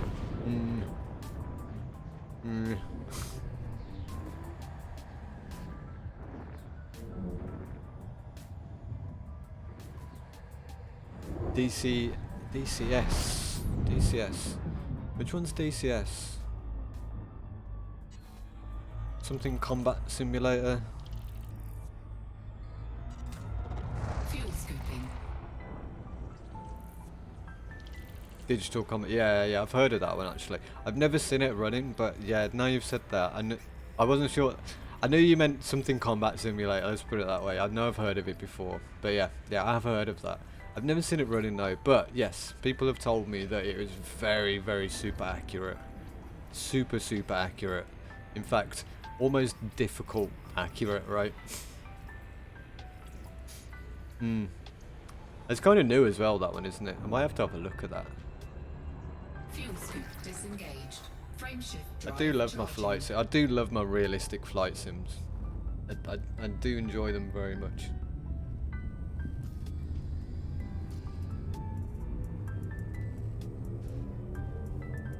Um, 3, 2. 6 had the the helicopter. Yeah, shit, man. Chopper missions. Yeah. I think they took them out of 7, didn't they? Because they didn't get a good reception. You could destroy helicopters in 7, easy. There's loads of helicopters to blow up in 7. I think it was their retribution, right? But yeah, I think what made 7 really good was it wasn't anything. It was a bit more detailed than 6, and obviously it looked a bit like a lot prettier. But I think the thing that made 7 was more the music, right? Fuel scoop disengaged. Hey boys, System scan complete. we made it. But before we jump there, I'm gonna go make myself a drink. See if we can make it there on normal Super Cruise. How about that? Watch video, Fun on Flight Bands. Yeah, I'll check it out sometime actually. Now you've reminded me, because it's something I wanted to check up for, but my dumb fucking memory doth not enjoy me doing things. But yeah, I'll have a look at that for sure, Jamie. Thank you for reminding me about that actually. Appreciate it, man. That's what I totally forgot about, man. Damn. Anyway, give me a couple minutes, I'll be back, alright?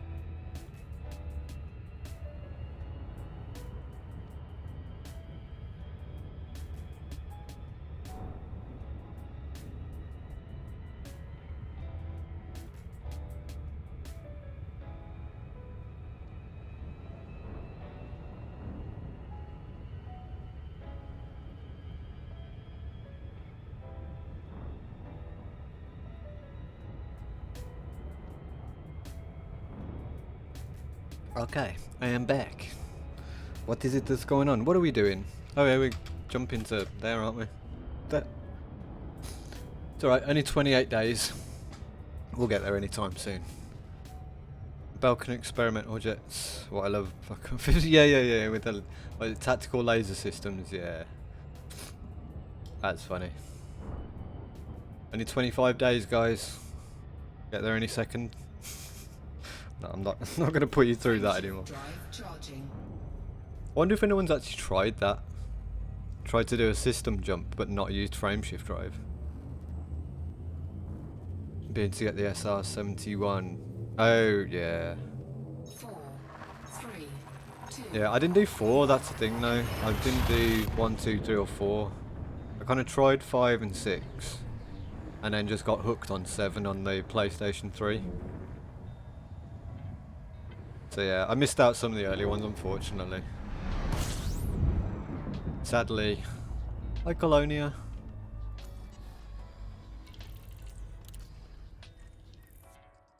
Oh look, there's some fleet carriers here. I wonder how they got here. Wow, this is quite a system, right? It's quite a system. This is quite a boy. Where's Colonia though? There it is. Colonia Orbital. Exciting times, guys. We made it.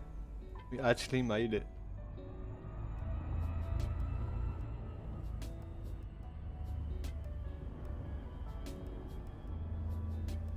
We actually made it. Don't know what to feel anymore. I can stop playing the game now. We completed it. It's fine. We'll find another game. No, I'm joking. Joking. Someone said the other system doesn't load. What do you mean? In this? What, Colonia system? What do you mean?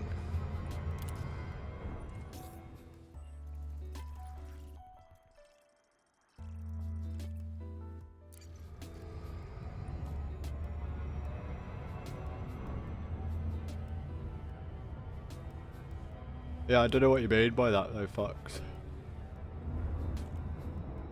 Do you mean in this? I'm assuming.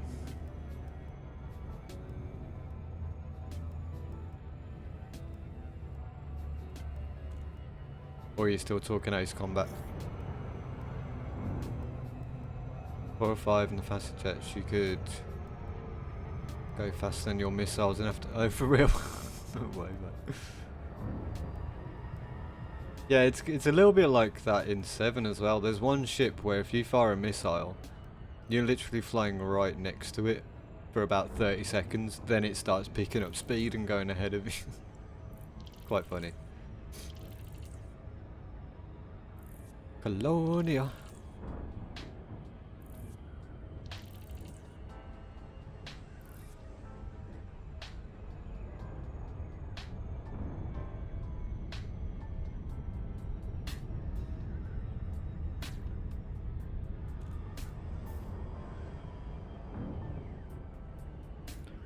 Oh, with the Super Cruise. Oh, okay. Sorry, that's my bad. I've been memory stupid again. Yeah, I can't even imagine that probably happens. Because the whole point of the frameshift drive is to load the instance from the server, right? Or to load you into the server. So if you're not actually loading in the server, it just doesn't. Yeah, it's going to be invisible, I guess. Ah, it's a shame. It'd be really cool though, right? If you could get into a system by super cruising to it. That'd be amazing. I'd definitely be one of those mugs that sits there for like a week waiting.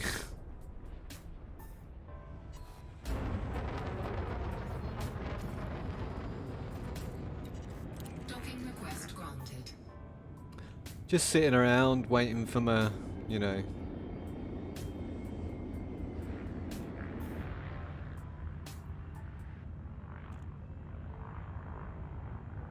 That way? Yeah. Just sitting around watching my frameshift drive go faster and faster and faster. Slow down, slow down, slow down, slow down, slow down. Slow down. Good boy, good boy, good boy. You know, and you think you're going to get dragged Landing into gear the station. deployed.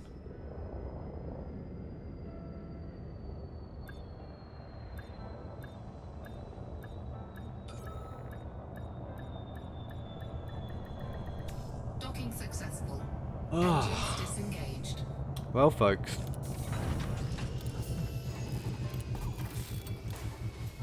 We made it.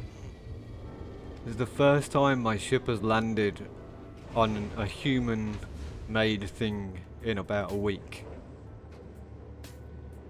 How much you gonna make them cartograph? We're gonna find out. We're just gonna find out. Just expect to be sat here rolling through pages of it, alright? That's all I'm gonna say. Gonna have a few pages of stuff. Right, first of all, some wanted to see what was available. So mission boards. There are no missions. Oh, no, there are missions.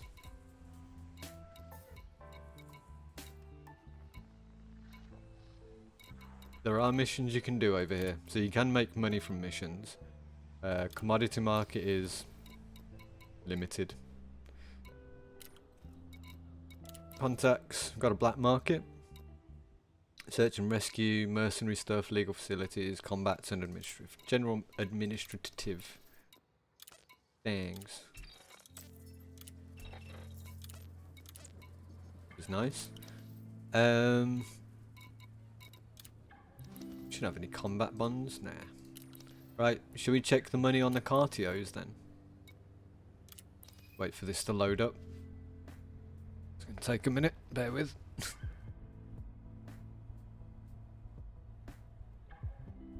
This will only take a moment.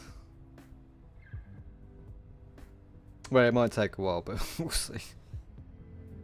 But yeah, we made it, man. Okay, we have 11 pages to sell. Page 1. 10 million for page 1. Let's count this up as we go along. So we got 10 million so far. Incoming message.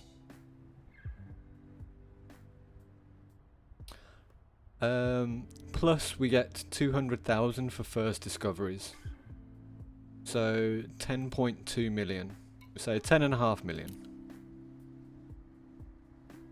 Okay, so page 2, 7.5 million. So it's 18 million.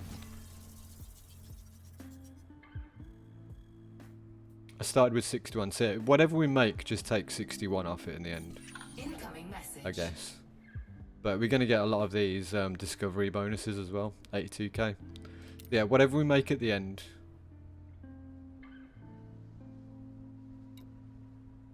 We take off 61 mil, okay.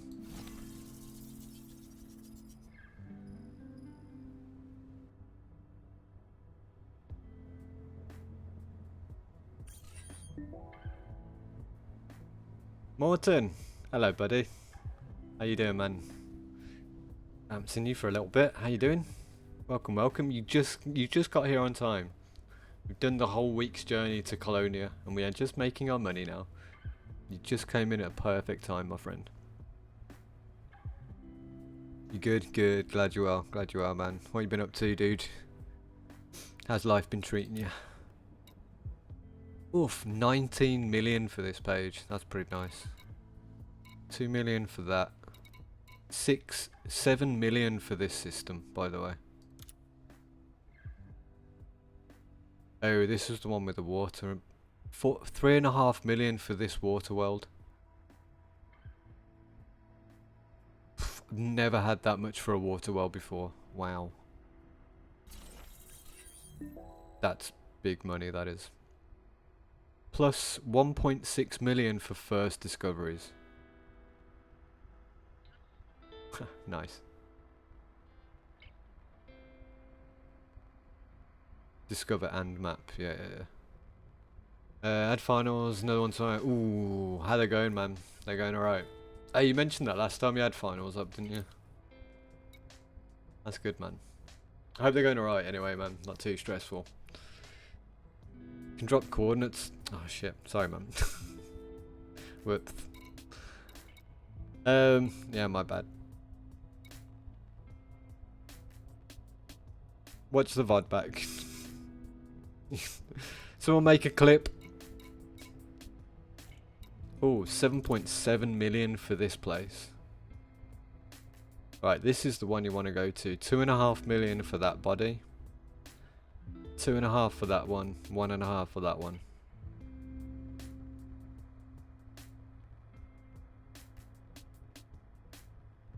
Make a note of the system, guys. English finals tomorrow. Okay, fair goes, fair goes. It's not too difficult. As long as English is your primary language, that shouldn't be too difficult. I was saying that, coming from someone who didn't pass English in high school. Been a while since... okay, fair goes. Ooh, 5 million additional for that shit. Fucking hell. So it's all the first mappings. If you can get first discovery and first mapping, you are laughing. That's like double wages on that. 4.7 for this, so not a huge one at this section. But yeah, if we clip like the last bits, then English not. Oh, you Danish aren't? Yeah. That's it. That's alright. You'll do better than me anyway, I'm sure. Let's put it so: most European countries have a better system for teaching English than actual English. Actual English education.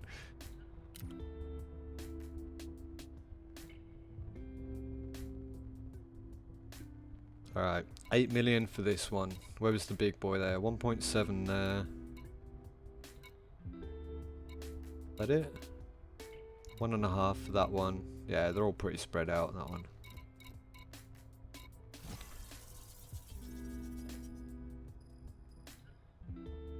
Yeah, sorry about that one before. I kind of clicked off it before I thought making a note of the system for you guys, but yeah, it'll be in the VODs though. What, 3 hours 20? Yeah, I'll maybe, well, if I remember later, I'll make a note of it, and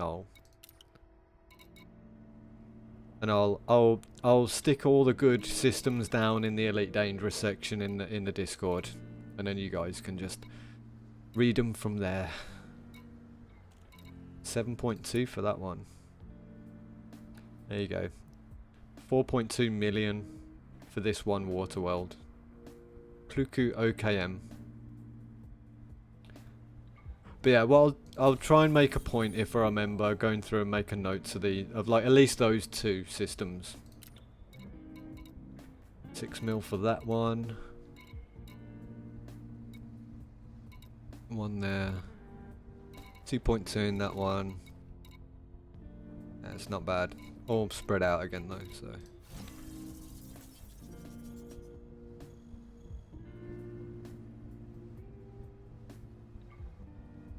Any bonus? All I have to do is have proper pronunciation. Don't really matter what I talk about. Yeah, I think that's the thing with English, isn't it? Don't concentrate too hard in it. I suppose I should say. Just work with what you know in your brain, and you'll be fine. But I mean, you write English fine, so I'm sure you'll be alright. Pronunciation is, you know, comes with practice, doesn't it, really? 24 million for this page alone. 4 million for that one. Yeah, don't forget to do ammonia welds as well, guys, if you remember.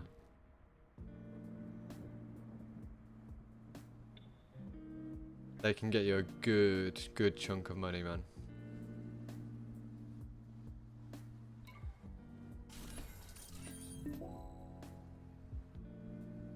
Give me your money.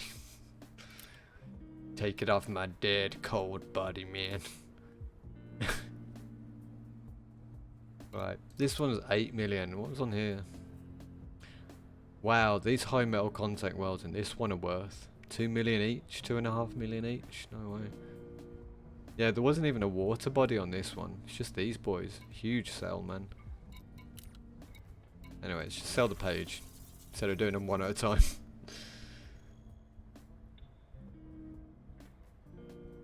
I'd rather mine, yeah. You get a lot more money from doing the mining. I mean, this is a week's worth of exploration, right? And so far we're just shy of 100 million in a week, right? It's not great. But you can make that in a day mining, right? Can't pronounce R sounds, so it sounds like I'm a baby. Say ready's more. Oh, okay. I don't know whether that's an accent thing, but I should say people in England do have a speech impediment where their R's sound like W's. Like Jonathan Wass.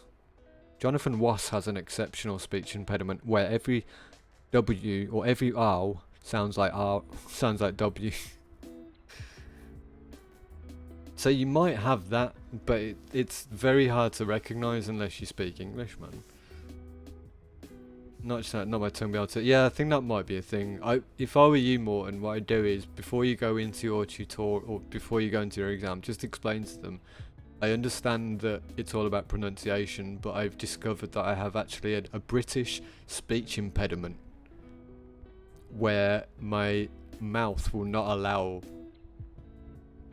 me to say R's properly and they come out like W's. Explain that to them and you should be okay with it then. Because it's it's not very common, but it's a pretty common thing. Put it that way. And you got elite exploration, hopefully. We're just waiting on that. We'll get the message through soon. This is the only reason I came here, really. Elite exploration, to be fair. How much so far? Yeah, we're just shy of 100 million. So, just shy of 100 mil. And we've got 4 pages left to go.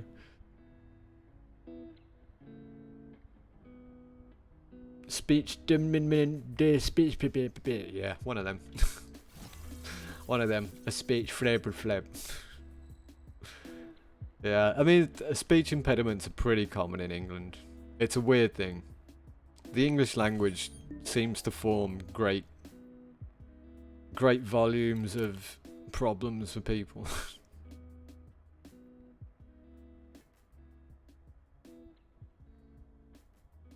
No, well, I can't say a lot myself. I mean, I know I have a bit of a speech impediment where it's like I'll have a bit of a slur in my speech. But I think I've said this before, because I used to wear retainers, right?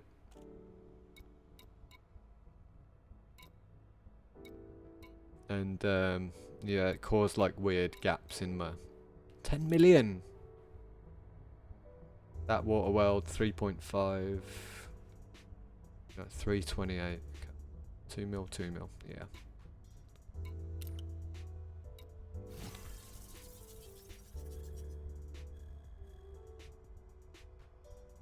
Teacher is Nate's gonna bite me for. Okay, fair enough.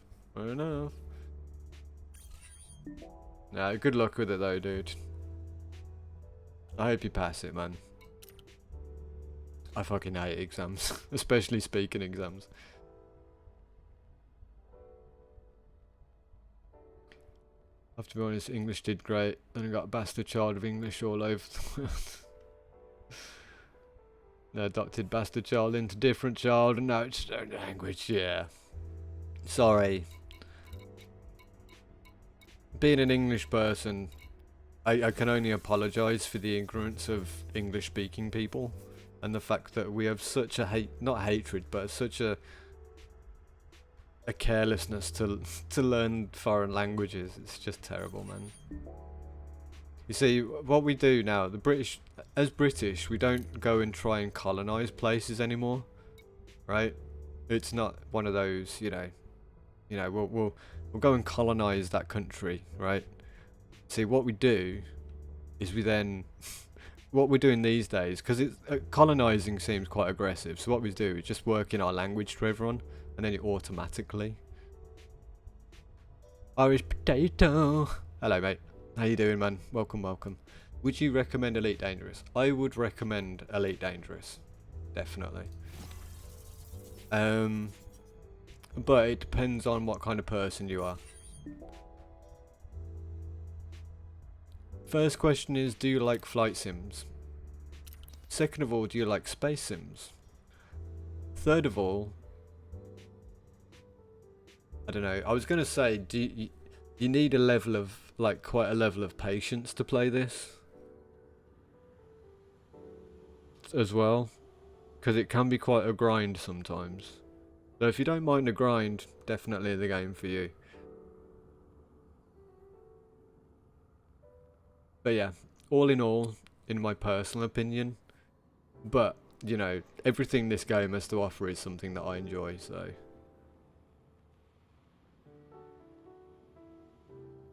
But yeah, it's a very slow burn game. Well, it doesn't have to be either. That's the thing. Once you get to know the functions of the game, you can actually start earning money very, very quickly, right? But yeah, like Schwallow said, it's got a very, very steep skill requirement, big learning curves at the start, many, many things to take on board. What I'd suggest to you, Irish, first of all, is chill in some streams.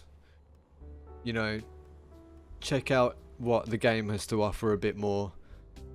You know, see if it appeals to you after watching it for some time. Don't spend ages watching it, you know, but watch it for a little bit, see how you feel about it. And then if it still appeals to you, then buy the base game, because you can get the base game for is it still $5 on Steam, guys? I think it is, right? So you can get the base game, right? So you can get used to the controls, the flight systems, you know, all that jazz. And then if you really, really like it, and you're still into it, and you feel like you want to expand on it, then you can buy into Odyssey, sorry, which is $30, but is so worth it. It's very, very worth it, man.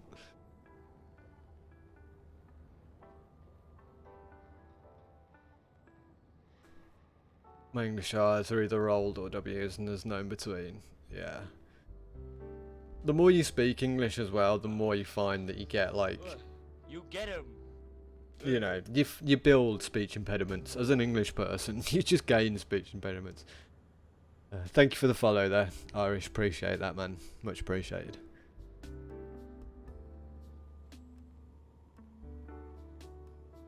I googled it. I think I fixed it. Wait, what happened? You fixed your speech impediment. Wait, what? If you've managed to do that more, and if you've fixed the speech impediment, please inform like 20% of the Western world, because I'm sure they'd like to know how to fix that as well. Thinking of buying it 'cause I love space games. Yeah. If you like space games and you don't mind a slow burn game, then yeah, I'd say you'd enjoy this. Just be prepared for. Have you played many other space games before, like maybe Star Citizen, something like that? Just be prepared for a bit of a, you know, a bit of a shock with the controls. I mean, it's fairly streamlined once you get used to it, but you know, the flight controls can be a little bit daunting at first, but when you've flown around a bit, do the tutorials. There you go. There's a big one. Do the tutorials.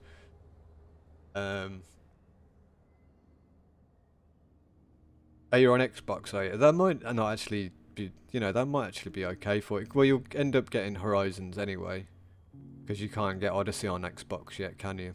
But I think you can still get it on Xbox, isn't it? I think it's free on Game Pass, right? It's either free on Game Pass or it's very cheap, but check it out for sure. Oh, you're doing Kerbal Space Program? Cool. Yeah, I like Kerbal. Kerbal's fun, man. I like that. Although I haven't played it in years, but I do like that. That's a super detailed space game, that is. 25 euros. Oh, the base game is 25, or is Odyssey 25? You know what? I'm gonna have a quick look. I'm gonna have a look for you. So I don't think that that's the base game. Which is Elite Dangerous on Xbox. Right, standard edition. Oh damn, you're right. They put the price back up. Oh, that sucks. That's interesting.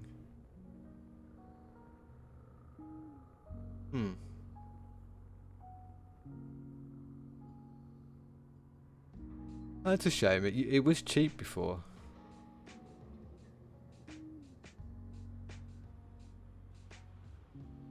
Yeah, they had it on pretty cheap on Steam and Epic at one point. And I thought it was like it was actually on Game Pass. It wasn't. I know it was on Game Pass and Xbox at one point, but they must have just, you know, it's one of them, innit? Unfortunately, Xbox have got to make their money off it, right? So,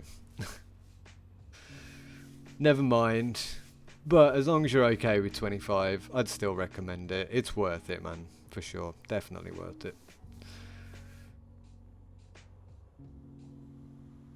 Yeah, yeah. KSP is not exactly similar, but the space thing, yeah. I mean, it's not that different, really. Well, it is different, actually, very different.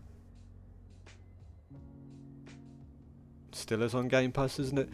Yeah, just Irish. What I'd do is just make sure you're checking on Game Pass to see if it's still free, because it might still be there. Yeah, you'll get Horizons with the base game. The base game of Elite Dangerous now is basically Elite Dangerous and Horizons, so you'll get both of those. You know, that's been out for quite a while, to be fair. So it is on Game Pass. Yeah. Do it on Game Pass, man. Get it for free. Get the base game on free. It's been out for so long that yeah, it should be free, to be fair. It's okay. Streamer only do space exploration. He be lazy fighting. Hey, swallows. I'm a fighter as well. I've got expert fighting skills. I'm alright. I can hold my own. It's been a while, I have to say. It's been a while since I've done some fighting, but I can hold my own, man. Alright, so we made just over 150 million from that run, which isn't too bad considering we were just scanning stuff, right? Not too bad. There you go, combat rank, expert. CQC rank, completely helpless though. Yeah, I got a combat rank of expert and helpless in my close quarters for some reason. But no, we still are like two dots away from getting elite in explorer rank as well. It's like right there, sits right at the top, like 98%. Crazy. Oh dear. Right, folks. Oh no, didn't mean to do that. Okay. Right, I am going to be ending the stream there. I know it was a short one today, but I do need to go and do things. I'll throw you guys over to someone though. Just hang about for the raid. I'll throw you over to nice people, don't worry. Bought Elite Horizons Season Pass, still had it pay for Horizons, point in Season Pass then. Yeah, I had that. Do you remember when Horizons came out? I had that. I ended up buying Horizons and Elite Dangerous, even though I could have got Horizons free.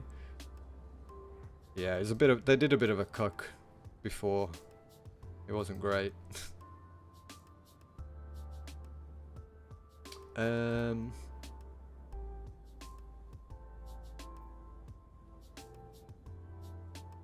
let's get some elite people up. See. Right, before I find someone to raid though, is there anyone you guys would like to see? I always ask this, just in case. Otherwise, I'm just going to chuck you at a random. And you're going to have to deal with them.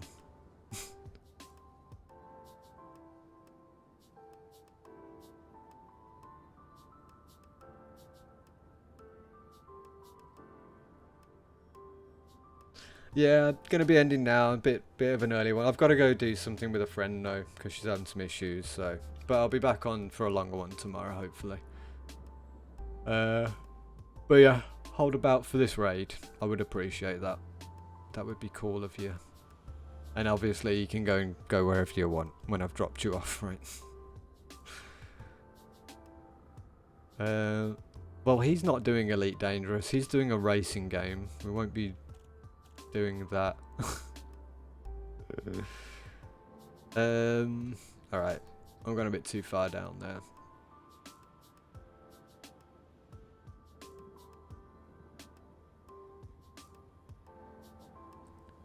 budding exobiologist out and about. What do you reckon? Do you guys want to go and see some footfall stuff for a bit? Let's see what this person's up to.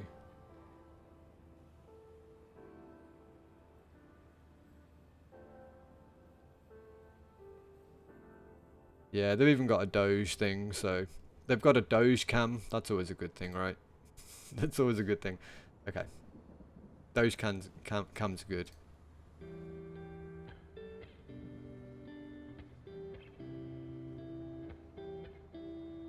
Does it sound like I'm a British guy? Swallows, yeah.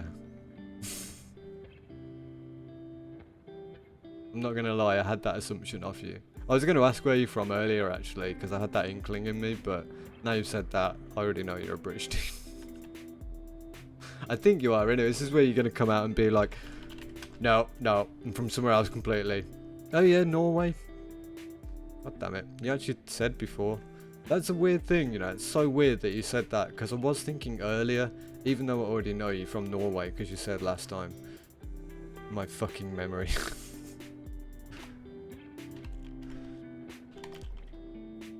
Right. Fuck it out. Sorry, Swallows.